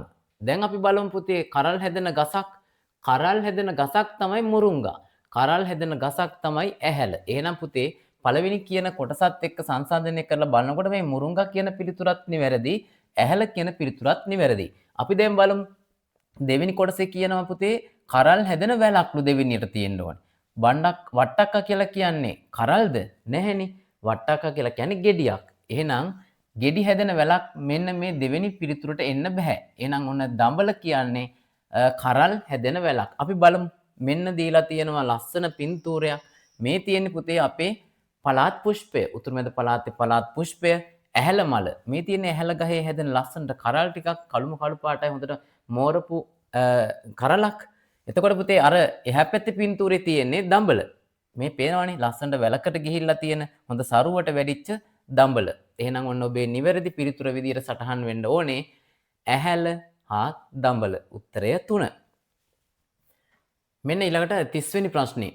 රත්නදීප ජන්මභූමි ගීතය ගායනා කරන්නේ. ඔන්න පුතේ හොඳ ලස්සන ප්‍රශ්නයක්. මේ ගීතය දේශාභිමානය දැනවෙන ගීතයක්. බලමු අපි මේ ගීතය ගායනා කරන කෙනා. මෙන්න මෙයා අඳුරනවද බලන්න. දැන් නම් අපි අතරින් වියෝ වෙලා ගිහින් ඉන්නේ. මේ ඉන්නේ සංගීතයේ හොඳින්ම හදාරපු හොඳ දක්ෂ සංගීතඥයෙක්. කවුද දන්නවද මේ?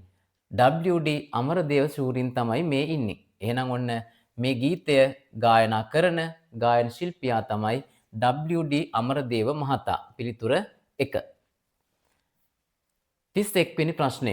ගුවන් විදුලි යන්ත්‍රයේ නිපදවීමේ ගෞරවය හිමිවන්නේ. පුතේ මෙතන දීලා තියෙනවා 3 දෙනෙක්ගේ නම්. අපි බලමු ඔබ දන්න ඒවා තියෙනවද කියලා? Alexander Graham Bell. අපි දන්නවා ඇලෙක්සැන්ඩර් ග්‍රැහම් බෙල් කියලා කියන්නේ දුරකථනය නිර්මාණය කරපු නිර්මාතෘවරයා. ඊළඟට මෙතන දීලා තියෙන පුතේ තුන්වෙනි පිළිතුරේ ආතසී ක්ලාක් මහතා. ආතසී ක්ලාක් මහතා කියලා කියන්නේ චන්ද්‍රිකා තාක්ෂණයේ පියා. එහෙනම් ඔන්න එතුමා වෙන්න බෑ ගුවන් විදුලි යන්ත්‍රය නිපදවපු කෙනා. එහෙනම් බලමු අපි අරන්නේ හැපැත්තේ තියෙන පිළිතුර. ගුග්ලි එල්මෝ මාකෝනි. බලමු අපි එතුමාගේ පින්තූරයක්. මේ තියෙන්නේ ගුග්ලි එල්මෝ මාකෝනි කියන පුද්ගලයා තමයි මේ තියෙන්නේ. මේ ඉන්නේ එතුමා. මේ තියෙන්නේ පුතේ හදලා මුල්ම දුරකථනය. එහෙනම් මුල්ම ගුවන් විදුලිය. එහෙනම් මේ තියෙන ගුවන් විදුලිය තමයි එතුමා මුලින්ම නිර්මාණය කරපු ඔන්න ඔය ගුවන් විදුලි යන්ත්‍රය. එහෙනම් මේකට පිළිතුර වෙන්න ඕනේ ගුග්ලිඑල් මෝමාකෝනි. උත්තරය 2. 32 වෙනි ප්‍රශ්නේ. ජලය සම්බන්ධ වැරදි ප්‍රකාශය තෝරන්න. බලමු අපි. ජලය කියන්නේ පුතේ ගලාගෙන යාමේ හැකියාවක් තියෙනවා. ඒ විතරක් නෙවෙයි ගඳක් සුවඳක් නැහැ. ඊළඟට එහි පහටක් නැහැ. හැඩයක් නැහැ. එතකොට දාන භාජනයේ හැඩය ගන්නවා. ඔන්න ඔය වගේ පොදු ලක්ෂණ ටිකක් තියෙනවා ජලයට. අපි බලමු පිළිතුරු ටික. ඝන වූ ජලයේ හිම නැත්නම් අපි කියනවා අයිස් කියලා. අපි අයිස් ලෙස හඳුන්වනවා ජලය. එක්තරා අවස්ථාවක් ඝන ද්‍රව වායු. ඝන අවස්ථාව කියන්නේ අයිස්, ද්‍රව අවස්ථාව කියලා කියන්නේ සාමාන්‍යයෙන් තියෙන ජලය, වායු අවස්ථාව කියලා කියන්නේ හුමාලය. එහෙනම් ඔන්න බලන්න මේ දීලා තියෙන පිළිතුර පළවෙනි ප්‍රකාශය නම් හරි. හැබැයි අපිට ඕනේ වැරදි ප්‍රකාශය. ජල වාෂ්ප සිසිල් කළ විට නැවත ජලය බවට පත් නොවේ. ඒක නම් වැරදි නේද? ජල වාෂ්ප සිසිල් කරොත් ආපහු ජලය බවට පත් කරන්න පුළුවන්. එහෙනම් නොවේ කියන නිසා ඔන්න මේ පිළිතුර වැරදෙන්න ඉඩකඩ බොහෝ තැනින් තියෙනවා. කලපු දිය කිවුල් දිය ලෙසද හැඳින්වේ. හරි. කලපුවේ තියෙන කිවුල් දිය තමයි. එහෙනම් පුතේ පළවෙනි ප්‍රකාශයත් නිවැරදි, තුන්වෙනි ප්‍රකාශයත් නිවැරදි. එහෙනම් අපින් අහන්නේ වැරදි ප්‍රකාශය මොකක්ද කියලා පිළිතුර වෙන්න ඕනේ දෙවෙනි පිළිතුර. හොඳයි. මෙන්න අපි යමු බලන්න ඊළඟට 33 වෙනි ප්‍රශ්නය. මල් පරාගණයට උපකාරී වන සතුන් පමණක් ඇතුළත් පිළිතුර. මොකද්ද පරාගණය කියන්නේ? පරාගණය කියලා කියන්නේ මලින් මලට පරාග තැම්පත් වෙන ක්‍රියාවලිය. සමහර විට පුතේ සුළඟ මගින් මේ ක්‍රියාවලිය සිද්ධ වෙන්න පුළුවන්. එහෙමත් නැත්නම් මල් පැණි බොන සත්තු නිසා ඒ සත්තුන්ගේ පාදවල, පියාපත්වල, හොටේ මෙන්න මේ පරාග තැම්පත් වෙලා පරාග ගෑවිලා ඌ ගමන් කරන තැන තවත් මලකට මේ ගොස් වහනකොට පැණි උරා බනකොට පරාග ඒ මලේ තැවරෙන්න පුළුවන්. එතකොට පරාගණය කියන ක්‍රියාවලිය සිද්ධ වෙනවා. අපි බලමු මුලින්ම මල් පැණි බොන සත්තු කවුද? මීමැස්සා. පළවෙනි පිළිතුරේ මීමැස්සා ඉන්න. ඔන්න ඒ මීමැස්සන හරියටම හරි. ගෙමැස්සා. අපි දන්නේ නැහැ ගෙමැස්සා මල් පැණි බොනවද කියලා. ඒ නිසා වැරැද්දක් ඔන්න අපි දැක්ක පළවෙනි වතාවට පළවෙනි පිළිතුරේ. ඒ නිසා පළවෙනි පිළිතුර වෙන්න හැකියාවක් නැහැ. දෙවෙනි පිළිතුර බලමු. පැණි කුරුල්ලා. පැණි කුරුල්ලා මල් පැණි බොනවා. සමනලයා මල් පැණි බොනවා. මීමැස්සා. ඔව් මීමැස්සත් හරි. දෙමලිච්චා. දෙමලිච්චා මල් පැණි බොන්නේ නැහැනේ. ඒ නිසා ඔන්න දෙමලිච්චා තියෙන නිසා දෙවෙනි පිළිතුරත් වැරදි. අපි බලමු තුන්වෙනි පිළිතුර. මීමැස්සා, සමනලයා, කණෙయ్య මැස්සා, බඹරා. හරියටම හරි. මේ හතර දෙනාම මල් පැණි බීලා ජීවත් වෙන සත්තු, පරාගණයට දායක වෙන සත්තු. එහෙනම් නිවැරදි පිළිතුර විදියට සලකන්න පුළුවන් තුන්වෙනි පිළිතුර. හොඳයි. දැන් අපි යන්න හදන්නේ පුතේ 34 වෙනි ප්‍රශ්නය. හොඳයි. 34 වෙනි ප්‍රශ්නය. යන්නේ කවදාද මව්පියෝ දකින්නට යනු කවියක අවසාන පදයයි. මෙය පැල් කවියයි, මව්ගුණ ගැන කියවන කවියකි, පතල් කවියකි. පුතේ අපි මේ කවිය චුට්ටක් අහමුකෝ බලන්න. ඉන්නේ දුම්බරයි මහ කළු ගලක් යට, කන්නේ කරවලයි රටහාලේ බතට, බොන්නේ බොරදියයි පූරුවේ කළ පවට, යන්නේ කවදාද මව්පියෝ දකින්නට. එහෙනම් පුතේ මේ කියන විදිහට පතල් ජීවිතය හරිම දුෂ්කරයි, හරිම කටුකයි. කණ්ඩ වෙන්නේ සමහරට අරයි යන කරවලයි බතුයි. බොණ්ඩ වෙන්නේ හොඳ අපි බොන වගේ වතුර, පිරිසිදු වතුර නෙවෙයි. බොර වතුර බොණ්ඩ වෙන්නේ. ඒක පුදුම දුක්ඛිත ජීවිතයක්. එහෙනම් මේ කියන විදිහට මේ කියන්නේ පුතේ පතල් කවියක්. පිළිතුර තුන්වෙනි පිළිතුර. හොඳයි. දැන් අපි යන්න හදන්නේ පුතේ 35 වෙනි ප්‍රශ්නයට. දකුණු පළාතට අයත් නොවන දිස්ත්‍රික්කය.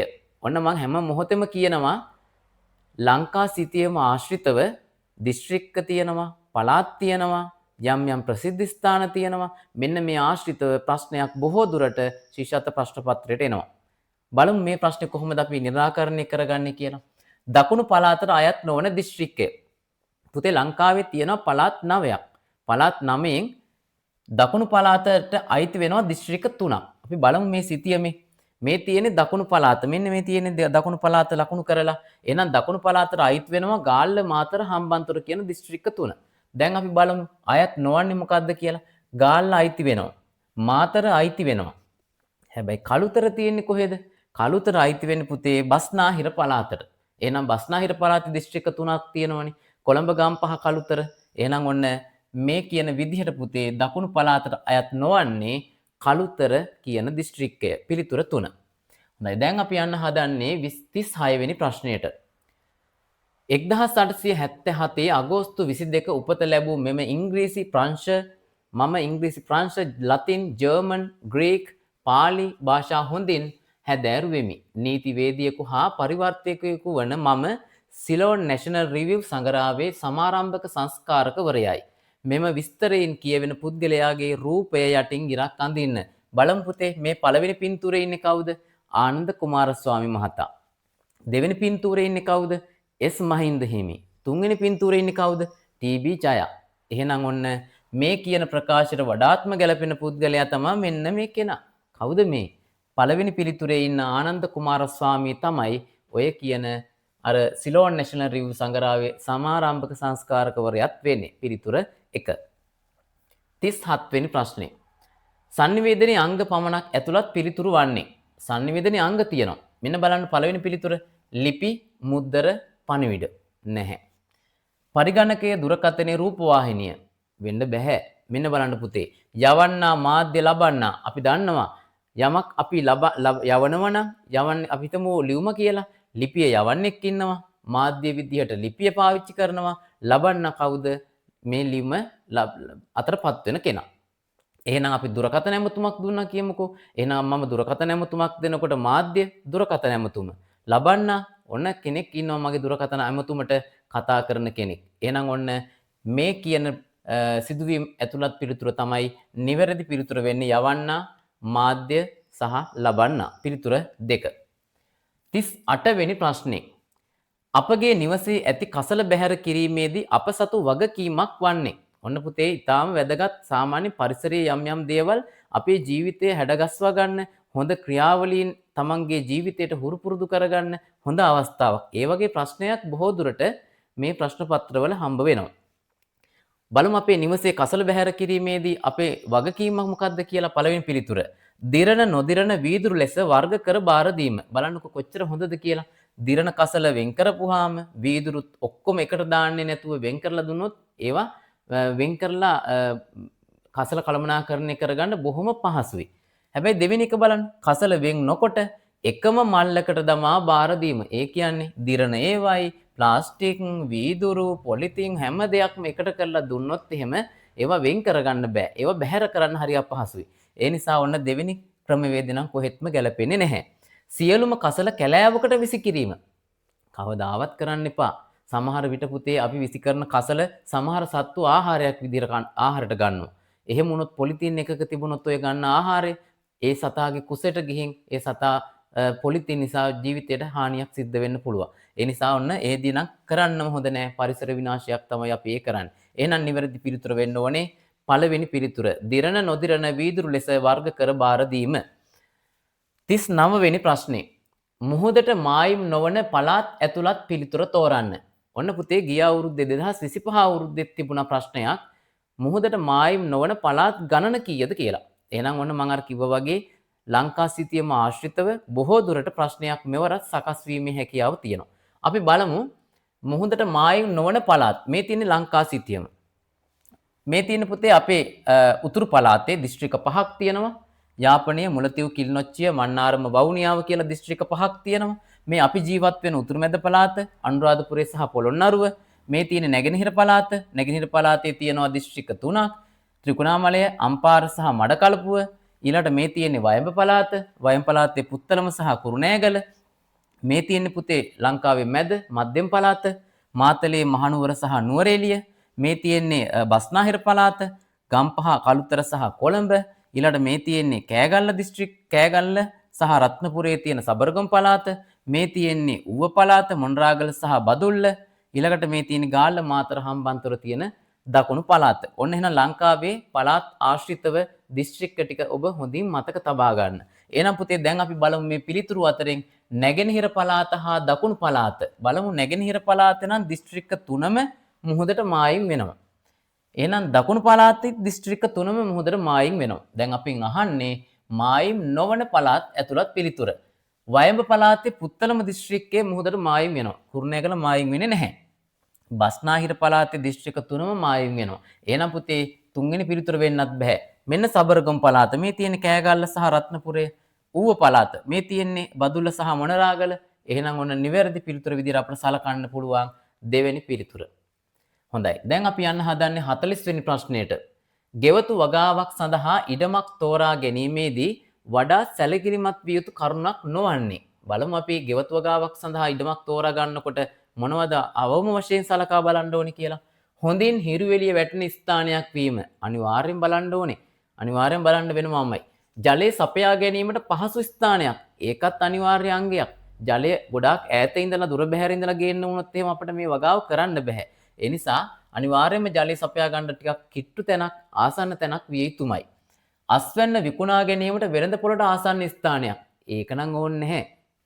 වෙළඳ පොළට විකුණා ගන්න කාර්ය කරන්නේ මේ වගාව හරියට සාර්ථකව කරගන්න පුළුවන් වුණොත්. එහෙනම් ඔන්න නිවැරදි පිළිතුර වෙන්න ඕනේ තුන්වෙනි පිළිතුර. අස්වැන්න විකුණා ගැනීමට වෙළඳ පොළට ආසන්න ස්ථානයක් වීම. හොඳයි. පුතේ ඔන්න අපි දැන් යන්න හදන්නේ 41 වෙනි ප්‍රශ්නයට. ඔන්න බල්බ සහ වයර් ඒත් එක්කම වියලි කෝෂ යොදා ගනිමින් බොහෝ දුරට ප්‍රශ්නයක් සකස් වීමේ හැකියාව තියෙනවා. අලුත් වියලි කෝෂ දෙකක් වයර් කැබලි 3ක් යොදාගෙන බල්බයක් දැල්වීමට සකස් කළ ඇටවුමක් මෙහි දැක්වේ. මේ සම්බන්ධ නිවැරදි ප්‍රකාශය වන්නේ. පුතේ බලන්න මේ වයර් සහ වියලි කෝෂ සම්බන්ධ කරලා තියෙන ආකාරය ගැලපෙනවද හරිද කියලා. මේ වයර් එක එන්නේ ඍණ අග්‍රයේ ඉඳලා ධන අග්‍රයට. හොඳයි. ගැලපීම හරියටම හරි. විදුලිය හරියට ලස්සනට ගමන් කරනවා. පුතේ මෙතන ඍණ අග්‍රයේ ඉඳලා ඔන්න බල්බේ පිත්තල වැස්මට ගමන් කරනවා එක වයර් එකක්. ඊළඟ වයර් එක ධන අග්‍රයේ ඉඳලා ඊයම් අග්‍රයට ගමන් කරනවා. එහෙනම් ඔන්න මේ ගමන් කරන පරිපතේ බල්බේ ඊටාම ආලෝකය සහිතව දැල් වෙනවා. එහෙනම් අපිට පිළිතුරකට යන්න පුළුවන් බල්බය වැඩි දීප්තියකින් දැල් වේ. පිළිතුර 2. 42 වෙනි ප්‍රශ්නේ. අපට දිවා රෑ ඇතිවන්නේ අපි දන්නවනේ සූර්යයා නිසානේ අපිට ආලෝකය ලැබෙන්නේ. එතකොට දැන් රාත්‍රී කාලයේදී සූර්යයා පේන්නේ නැහැ. හැබැයි උදේ වීගෙන එනකොට උදේට සූර්යයා හොඳ ලස්සනට පායලා තියෙනවා. එහෙනම් කොහොමද මේ මොකද්ද මේ සිදුවීමට ප්‍රධාන වශයෙන් බලපාන්නේ? අපි දන්නවා සූර්යයා වටේ තමයි අපේ පෘථිවි ගෝලය ගමන් කරන්නේ. ඒ විතරක් නෙවෙයි පෘථිවිය තමා වටා කරකැවෙමින් තමයි සූර්යයා වටා ගමන් කරන්නේ. එහෙනම් මොකද්ද මේකට පිළිතුර? දිවා රෑ ඇති වෙන්න බලපාන්නේ පුතේ පෘථිවියේ භ්‍රමණය නිසා. ඒ කියන්නේ පෘථිවිය තමා වටා කරකැවෙන නිසා. පරිභ්‍රමණය කියන්නේ තමා වටා කරකැවෙමින් සූර්යයා වටා ගමන් කරනවා කියන එක. එහෙනම් නිවැරදි පිළිතුර වෙන්න ඕනේ පළවෙනි පිළිතුර. හොඳයි. ඊළඟට අපි යමු 43 වෙනි ප්‍රශ්නයට. ශ්‍රී ලංකාවට ආවේනික මාළුවෙකු, උරගයෙකු හා ශීරපාය සතෙකු පිළිවෙලින් ඇතුළත් පිළිතුර තෝරන්න. මුලින්ම බලමු පුතේ මාළුවම හරිද කියලා. දියනයා කියන්නේ මාළුවෙක්ද? නෑ නේද? දියනයා කියලා කියන්නේ මාළුවෙක් නෙවෙයි. එහෙනම් ඔන්න අපිට පළවෙනි පිළිතුර ඉවත් කරන්න පුළුවන්. හබන් කුකුලා කියලා කියන්නේ මාළුවෙක්ද? නෑ නේද? හබන් කුකුලා කියලා කියන්නේ ඒකදේශික පක්ෂියෙක්. එහෙනම් ඔන්න අපිට දෙවෙනි පිළිතුරත් ඉවත් කරන්න පුළුවන්. මෙන්න බලන්න මල් පුලුට්ටා. එහෙනම් ඔන්න මල් පුලුට්ටා කියලා කියන්නේ අපේ ඒකදේශික මත්ස්‍ය විශේෂයක්. ඊළඟට උරගයා, යක්කටුස්සා, ශීරපායි සතා, හික්මීයා. ඔන්න නිවැරදි පිළිතුර තුන්වෙනි පිළිතුර. 44 වෙනි ප්‍රශ්නය. සුළඟ මගින් ව්‍යාප්ත වන බීජ වර්ග දෙකක් හා සතුන් මගින් ව්‍යාප්ත වන බීජ වර්ගයක් පමණක් අඩංගු පිළිතුර තෝරන්න. පුතේ මෙන්න මෙතන දීලා තියෙනවා මුලින්ම අනිවාර්යයෙන්ම එන්න ඕන මුල් පිළිතුරු දෙකට සුළඟ මගින් ව්‍යාප්ත වෙන බීජ දෙකක්. බලමු පළවෙනි පිළිතුර. මොනර කුඩුම්බිය සුළඟ මගින් ව්‍යාප්ත වෙනවා. වරා සුළඟ මගින් ව්‍යාප්ත වෙනවා. කොට්ටපුළුන් සතුන් මගින්ද? නෑනේ. එහෙනම් කොට්ටපුළුන් ව්‍යාප්තිය සිද්ධ වෙන්නේ සුළඟ ආධාර කරගෙන. එහෙනම් පුතේ පළවෙනි පිළිතුර වැරදි පිළිතුරක්. අපි දෙවෙනි එකට යම් බලන්න. හොර, අගුණ, නාගදරණ. හොර කියලා කියන්නේ පුතේ සුළඟ ආධාර කරගෙන ව්‍යාප්ත වෙන බීජයක්. ඊළඟට අගුණ කියලා කියන්නේ සුළඟ ආධාර කරගෙන ව්‍යාප්ත වෙන බීජයක්. නාගදරණ කියලා කියන්නේ සතුන්ගේ ඇඟේ බැඳිලා සතත් එක්ක ගමන් කරලා ඒ සතත් එක්ක යන යන තැන්වල වැටිලා මේ බීජ පැලවීමක් සිද්ධ වෙනවා. එහෙනම් මේ දෙවෙනි පිළිතුර බොහෝ දුරට සමානයි. තුන්වෙනි එකත් බලමු අපි. එඬරු පිපිරීම එහෙම නැත්නම් ස්ෆෝටනය මගින් තමයි එඬරු මේ ව්‍යාප්තිය සිද්ධ වෙන්නේ. ඔලින්දත් ඒ විදිහමයි ස්ෆෝටනය නැත්නම් පිපිරීම මගින් තමයි බීජ ව්‍යාප්තිය සිද්ධ වෙන්නේ. මදටියත් ඒ විදිහටමයි. එහෙනම් පිළිතුර නිවැරදි පිළිතුර වෙන්න ඕනේ දෙවෙනි පිළිතුර පමණමයි. හොඳයි. දැන් අපි යමු පුතේ 45 වෙනි ප්‍රශ්නයට. මරණ සහතිකයක් ලියාපදිංචි කිරීමට යා යුත්තේ. මරණ සහතිකයක් ලබා ගන්න, ඒත් එක්කම උප්පැන්න සහතිකයක පිටපතක් ලබා ගන්න, ආදායම් බලපත්‍රයක් ලබා ගන්න. මෙන්න මේ කියන කාර්යයන් සියල්ලම කරගන්න යන්න තියෙන සුදුසුම ස්ථානය තමයි ප්‍රාදේශීය ලේකම් කාර්යාලය. ඒ කාර්යයන් කරගන්න පුතේ ප්‍රාදේශීය සභාවට ගිහිල්ලා හරියන්නේ නැහැ. ඒ කාර්ය කරගන්න ප්‍රාදේශීය සෞඛ්‍ය වෛද්‍ය නිලධාරී කාර්යාලයට ගිහිල්ලා ඒ කාර්ය කරගන්න හැකියාවක් නැහැ. එහෙනම් පිළිතුර වෙන්නේ පළවෙනි පිළිතුර පමණමයි. 46 වෙනි ප්‍රශ්නේ. භෝග වගාවේදී කෘමි සතුන් පළවා හැරීමට යොදා ගනු ලබන උපක්‍රමයක් වන්නේ. හොඳයි. ඔන්න බලමු අපි පුතේ දීලා තියෙන පිළිතුරු අතරින් කෘමි සත්තු පළවා හරින්න අතීතයේ ඔබ දන්නවා අතීතයේ අපේ වගාවන් කරපු ගොවි මහත්වරු සත්තුන්ට ජීවිත හානි කරේ නැහැ. එහෙනම් කොහොමද සත්තු පළවා හැරියේ? විවිධ ක්‍රමෝපායන් අනුගමනය කරා. විශේෂයෙන්ම දියොහොල්මන, ඒත් එක්කම සුලන්ටකය මෙන්න මේ වගේ ක්‍රම අනුගමනය කරලා සත්තු එලවා දමන්න තමයි උත්සාහ කරේ. දැන් තමයි මේ කෘමිනාශක වගේ දේවල් ඉසලා සත්තුන්ගේ ජීවිත හානි සිදු කරන්න උත්සාහ දරන්නේ. හොඳයි. අපි බලමු පුතේ පිළිතුරු තුනක් දීලා තියෙනවා. කෘමීන් පළවා හරින්න භෝග වගාවේදී අපි යොදා ගන්න උපක්‍රමයක් බලමු. දිය හොල්මන සකස් කිරීම හරි. සුලන්ටකයේ සහභාගී කිරීමත් හරි. දහස් පෙතිය වගා කිරීමත් හරි. මොකද්ද පිළිතුර? මෙතන කියන්නේ පුතේ කෘමි සත්තු. හොඳට මතක තියාගන්න වචනේ. මෙතන තියෙන්නේ කෘමි සත්තු කියලා. කෘමි සත්තු දිය හොල්මනට බය වෙන්නේ නැහැ. කෘමි සත්තු සුලන්ටකයට බය වෙන්නෙත් නැහැ. මෙන්න දහස් පෙතියා වගා කරපුවාම මේ දහස් පෙතියා ශාකයේ ශාක පත්‍ර ඒ වගේම මේ මල් පිපුණාට පස්සේ මේ හමන මල් වල සුවඳ මේ කෘමි සත්තුන්ට හරිම සැරයි. එතකොට කෘමි සත්තු පළවා හරින්න හොඳම උපක්‍රමයක් තමයි මේ දහස් පෙතියා වගා කිරීම. එහෙනම් ඔන්න අපේ නිවැරදි පිළිතුර විදිහට සටහන් කරන්න ඕනේ දෙවෙනි පිළිතුර දහස් පෙතියා වගා කිරීම. 47 වෙනි ප්‍රශ්නේ. මා ලබාගත් සිතේ සැනසීම මම මගේ යහළුවන්ට බෙදා දෙන්නෙමි. මගේ සිතේ සැනසීම මගේ පවුලේ අයට බෙදා දෙන්නෙමි. මෙම ප්‍රකාශය අයත් වන්නේ. මෙන්න බලන්න පුතේ වචනයක් තියෙනවා මෙතන. බෙදා දෙන්නෙමි. දෙන්නෙමි. දෙනවා කියලා කියන්නේ. එහෙනම් පුතේ ශරීරය ලිහිල් කරගන්න ගිහින් එහෙම කියනවාද? ශාරීරික ලිහිල් බව කොහොමද කරන්නේ? ඔන්න ඔබේ හිස, ඔබේ බෙල්ල, ඔබේ උරහිස, ඔබේ ඔබේ අත්වල ඇඟිලි දැන් ලිහිල් කරගන්න. ඔන්න ශරීරය ලිහිල් කරගන්න යන අවස්ථාව. ඊට පස්සේ මනස ඔන්න ඈතින් ඇහෙන ශබ්ද වලට සවන් දෙන්න, ඔන්න ළඟින් ඇහෙන ශබ්ද වලට සවන් දෙන්න, ඔබේ හදගැස්මට සවන් දෙන්න, ඔබේ හුස්ම ගැනීමට සවන් දෙන්න. ඔන්න මානසික ලිහිල් බව. ඊට පස්සේ ඔන්න අපිට නිවැරදි පිළිතුර හොයාගන්න බොහොම පහසුයි. යහළුවන්ට බෙදා දෙන්න පුළුවන්ලු මේ හිතේ තියෙන සැනසීම. එහෙනම් අදිෂ්ඨානයට තමයි නිවැරදි පිළිතුර 3. 48 වෙනි ප්‍රශ්නේ. සිරිත් විරිත් වලට අනුව විරිතක් නොවන්නේ කුමක්ද? විරිතක් නොවන්නේ කියලා කියන්නේ සිරිතක්. ඒ කියන්නේ සිරිතක් මේ අහන්නේ. සිරිතක් කියලා කියන්නේ හොඳ දෙයක්. අපි කළ යුතු දෙයක්. ශබ්ද නගමින් ආහාර ගැනීම හොඳ දෙයක්ද? නෑනේ. ඒක සුදුසු දෙයක් නෙවෙයි. එහෙනම් ශබ්ද නගා ආහාර ගන්න එක වැරදි ක්‍රමවේදයක්. වැඩිහිටියන් සමග එකට එක කතා කිරීම. අනේ කවදාවත් කරන්න හොඳ නෑ. වැඩිහිටියන් එකට එක කියන්න යන ළමයි නරක ළමයි කියලා හඳුන්වන්නේ. එහෙනම් ඔන්න දෙවෙනි ප්‍රකාශයේත් ලොකු වැරැද්දක් තියෙනවා. කෑමට පෙර අත්සේදීම බොහොම හොඳ දෙයක්. අපි දන්නවා සබන් දාලා අත් හොදන්න ඕනේ ආහාර ගන්න කලින්. එහෙනම් මෙන්න විරිතක් නොවන්නේ පිළිතුර 3 කෑමට පෙර අත්සේදීම. 49 වෙනි ප්‍රශ්නේ. ශ්‍රී ලංකාවේ ජාතික කොඩිය අඩකුඹු කරන අවස්ථාවකි. පුතේ අපි දන්නවා මේ අඩකුඹු කරන්නේ මොකද්ද? අඩකුඹු කරනවා කියලා කියන්නේ අපේ රටේ යම් අවස්ථාවක ජාතික ලොකු ශෝක දිනයක් බවට පත් වුණොත්, ලොකු ව්‍යසනයක් බවට පත් වුණොත් ජාතික කොඩිය ඔසවලා තියෙන ජාතික කොඩිය කොඩි ගහෙන් 3න් 1ක ප්‍රමාණයක් පහළ හෙලන්න පුළුවන්. එහෙනම් රාජ්‍ය නායකයන් හමුවකදී ජාතික කොඩිය ඔසවනවා. ජාතික නිදහස් උත්සවයකදී ජාතික කොඩිය ඔසවනවා. එහෙමනම් ජාතික ශෝක දිනයකදී තමයි අපි ජාතික කොඩිය අඩුකුඹු කිරීමක් කරන්නේ. අපේ ශෝකය පළ කරන්න අවශ්‍ය නිසා. පිළිතුර 3 වෙනි පිළිතුර. හොඳයි. දැන් 50 වෙනි ප්‍රශ්නේ අපි කතා කරමු. සීගිරිය සම්බන්ධ වැරදි ප්‍රකාශය තෝරන්න. පුතේ හොඳට බලන්න මේ දීලා තියෙන වචනේ වැරදි ප්‍රකාශය. ඔන්න ඔය වචනයත් එක්ක ඔබේ පිළිතුර තීරණාත්මකයි. අනුරාධපුර දිස්ත්‍රික්කයට අයත් කලාත්මක ස්ථානයකි. අපි දන්නවා සීගිරිය අයිති වෙන්නේ මාතලේ දිස්ත්‍රික්කයට. ඒ කියන්නේ මධ්‍යම පළාතට. එහෙමනම් පුතේ අනුරාධපුර දිස්ත්‍රික්කයට අයිති වෙන්නේ නැහැ නේ සීගිරිය. පළවෙනි පිළිතුරෙන් ඔන්න අපිට උත්තරයක් හොයාගන්න ලේසි. දෙවෙනි පිළිතුර බලන්නකෝ මාතලේ දිස්ත්‍රික්කයට අයත් කලාත්මක ස්ථානයකි. ඔන්න වඩාත් නිවැරදි. මධ්‍යම පළාතට අයත් කලාත්මක ස්ථානයකි. ඒකත් හරියටම හරි. එහෙනම් වැරදි ප්‍රකාශය පළවෙනි පිළිතුර.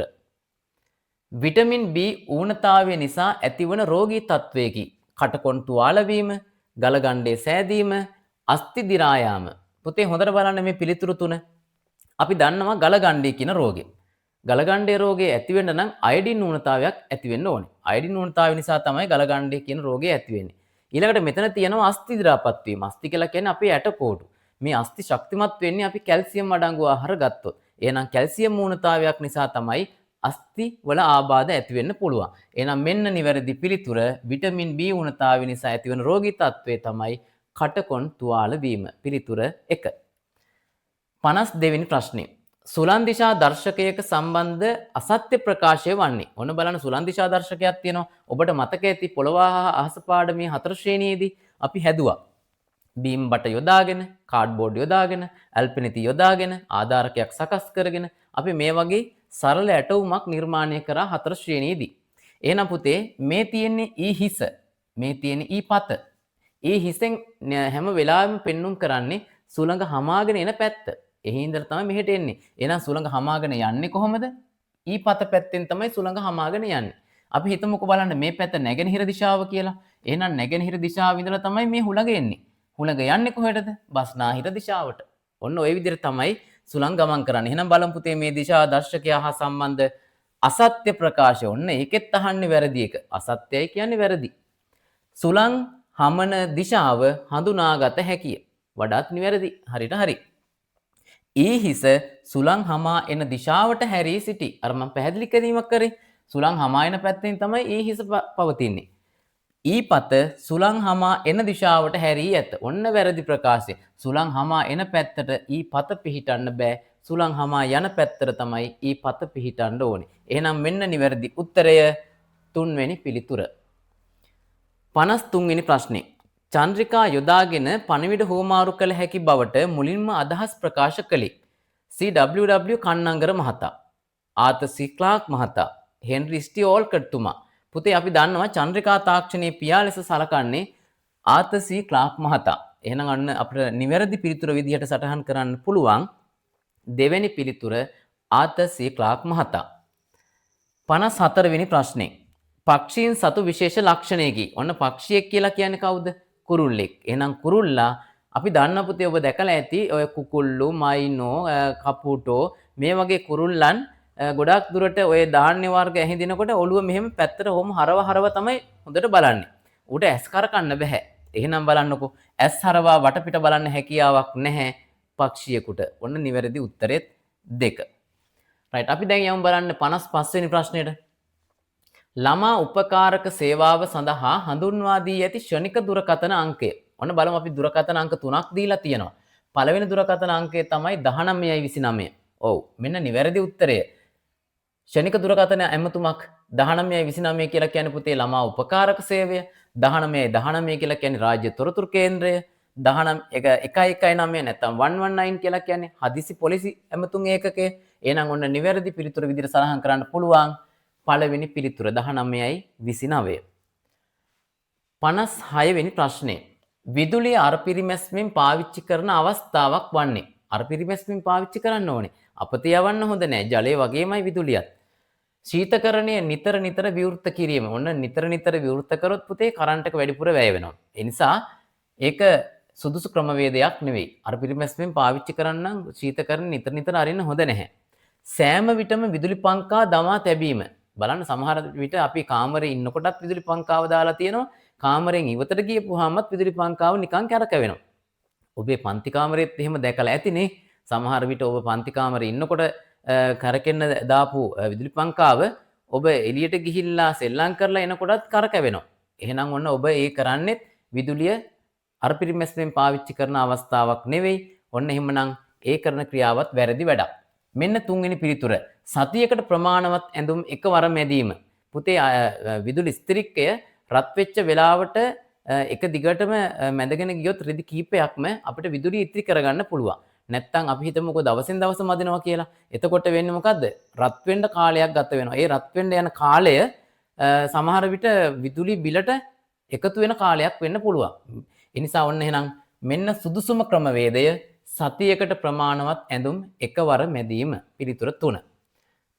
57 වෙනි ප්‍රශ්නේ. සකස් නොකළ ස්වභාවික පානයකි.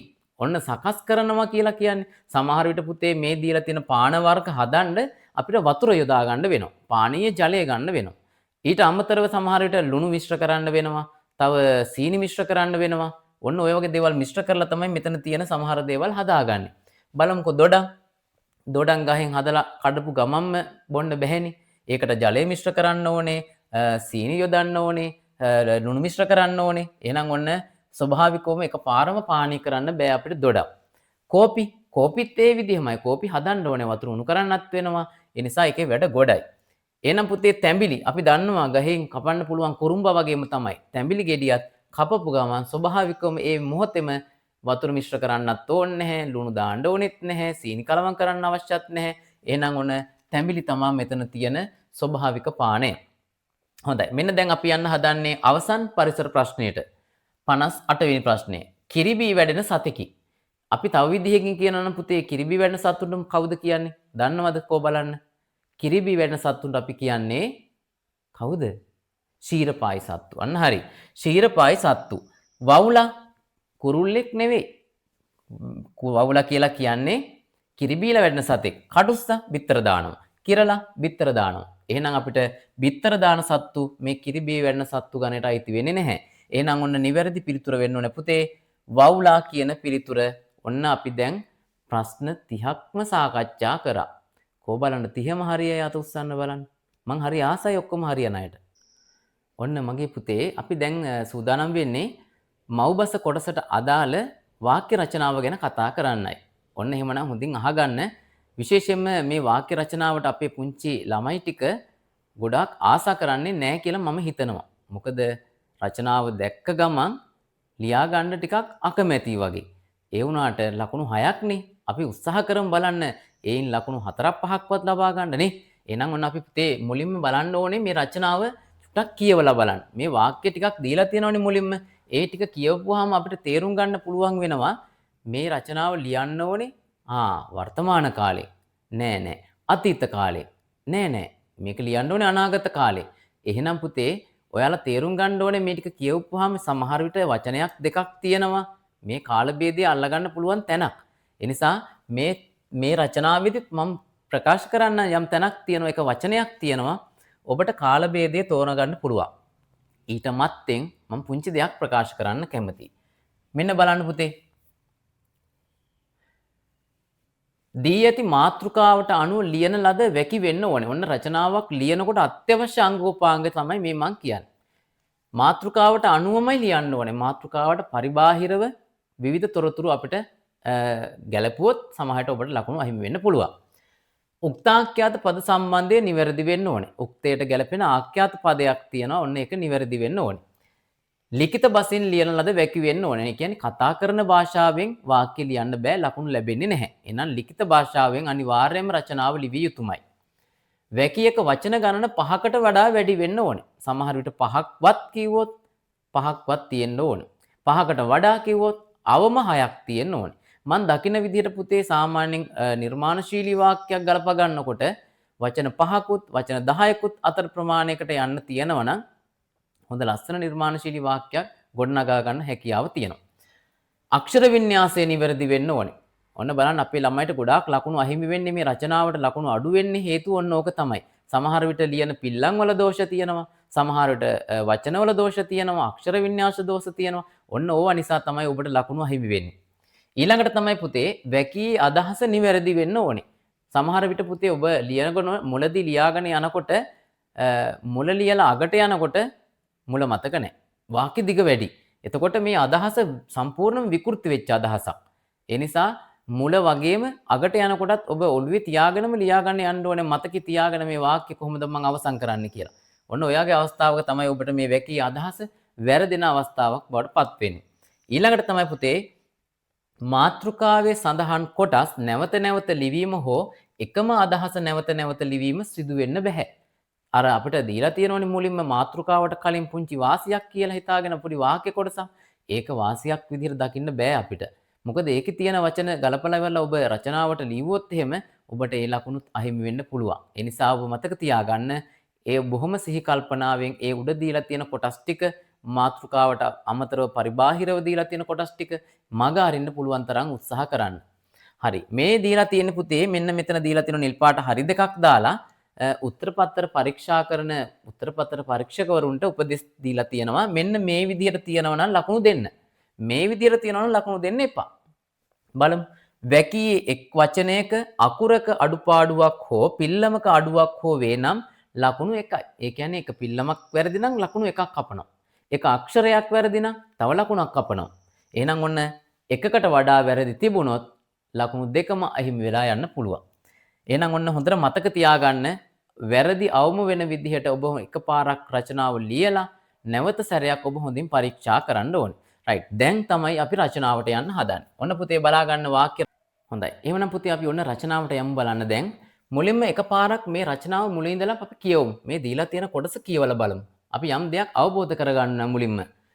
සුගත් ධම්මික හා මම හොඳම යහළුවෝ වන්නෙමු. පාසල් නිවාඩු කාලයේ දිනක් අපි දෙමව්පියන්ට නොදන්වා වැවේ දිය නෑමට ගියෙමු.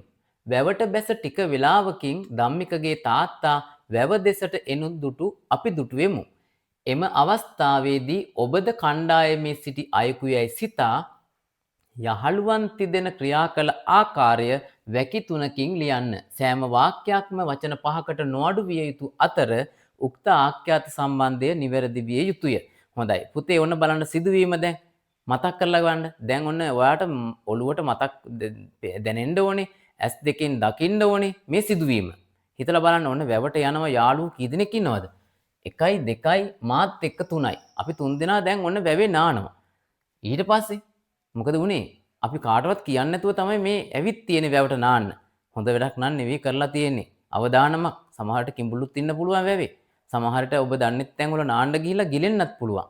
හැබැයි ටික වෙලාවක් යනකොට අපි දන්නවනේ සමහර විට ළමයි නැත්තම් අම්මලා තාත්තලා ඉක්මනට එනවනේ හොයාගෙන. ඔන්න මේ කියන විදිහට පුතේ තාත්තා එනවා දැන් ඔන්න වැව පැත්තට එනවා මේ කට්ටියව හොයාගෙන.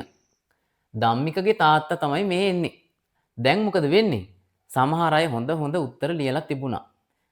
මට මතක විදිහට ඔන්න එක ළමයෙක් ලියලා තිබුණා තාත්තා එනකොට වතුරේ ගිලිලා ඉන්නවා ගොඩක් වෙලා. ටක් ගාලා උඩට එනවා. ඇවිල්ලා ගල් කුලකට මුවා වෙනවා. ඔන්න ওই විදිහේ අදහසක් ලියලා තිබුණා. තව ළමයෙක් ලියලා තිබුණා තාත්තා එනකොට ගොඩ වෙලා පස්සවත් හැරෙන්නේ නැතුව දුවනවා කියලා ඔන්න එක ළමයෙක් ලියලා තිබුණා. ඔය අදහසක් මං කියන්නේ. තව යාළුවෙක් ලියලා තිබුණා වැවේ තියෙනවනේ විවිධ පැලෑටි වර්ග නෙළුම් කොළ ටිකක් කඩලා මම නෙළුම් කොළ වලින් මගේ ඔළුව වහගෙන මං හැංගිලා ඉන්නවා. බලන්නකො කොච්චර ලස්සනද කියලා.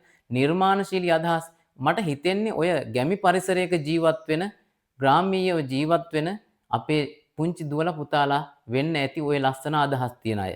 ඉතින් මං හිතනවා ඒ පරිසරයත් එක්ක ජීවත් වෙන අයට මේ රචනාව එච්චර දෙයක් නෙවෙයි. හොඳ ලස්සන නිර්මාණශීලී අදහස් ඒ අයට පහළ වෙනවා. හොඳයි. එහෙනම් බලමු පුතේ මේ රචනාව ලියන්න ඕනේ මොන කාලයෙන්ද? මෙන්න බලන්න මං අර කිව්ව විදිහට වචනයක් දෙකක් තියෙනවා. ක්‍රියා කළ ආකාරය. කියන්නකො බලන්න ලියන්න ඕනේ කාලය. අතීත කාලයෙන්ද? වර්තමාන කාලයෙන්ද? අනාගත කාලයෙන්ද? නැහැ. ලියන්න ඕනේ එකම එක කාලයයි. කළ කියන්නේ පුතේ කරලා ඉවරයි. එහෙනම් තමන් ක්‍රියා කරපු ආකාරය තමයි මෙතෙන්දි ලියවෙන්න ඕනේ. ඒ කියන්නේ අතීත කාලේ. අනිවාර්යයෙන්ම මේ රචනාව ලියවිය යුත්තේ අතීත කාලයෙන් පමණමයි. හොඳයි. එහෙනම් පුතේ මේ රචනාව ලියනකොට හොඳට මතක තියාගන්න මමත් මේකේ සම්බන්ධ වෙලා ඉන්න කෙනෙක්. මම මේ මූණ දීපු ආකාරය ගැන මෙතෙන්දි සඳහන් කරොත් වඩා උචිතයි. එහෙනම් මගේ යාළුවෝ දෙන්නවත් මෙතෙන්ද සම්බන්ධ කරගෙන අපි තාත්තගෙන් බේරිච්ච ආකාරය සමහර විට හම්බ වුණා නම් තාත්තට අපි මුණ ගැහුණා නම් අපිට දඬුවම් කරන්නත් තිබුණා. සමහර විට අපි පස්සෙන් පන්නන්නත් තිබුණා අල්ලගන්න. ඔය වගේ යම් ලස්සන අදහස් ඔබ සතුව ඇති. එහෙනම් පුතේ වාක්‍ය රචනාව ඔබ ලියලා නැවත පරීක්ෂා කරලා බලන්න. අකුරෙන් අකුර පරීක්ෂා කරලා බලලා ඔබේ අඩුපාඩු තියෙන දේවල් නිවැරදි කරගත්තොත් ලකුණු 6 ගන්න එක එච්චර දෙයක් නෙවෙයි. හරි ලේසි. ඔය බය වෙන්න දෙයක් නැහැ. ඔබේ තියෙන පුංචි අඩුපාඩුකම් වලට තමයි ලකුණු අහිමි වෙන්නේ. හොඳයි. එහෙමනම් පුතේ අපි මේ වෙනකොට දෙක පත්‍රයක් සාකච්ඡා කරලා අවසන්. එක පත්‍රයක් අපි සාකච්ඡා කරා.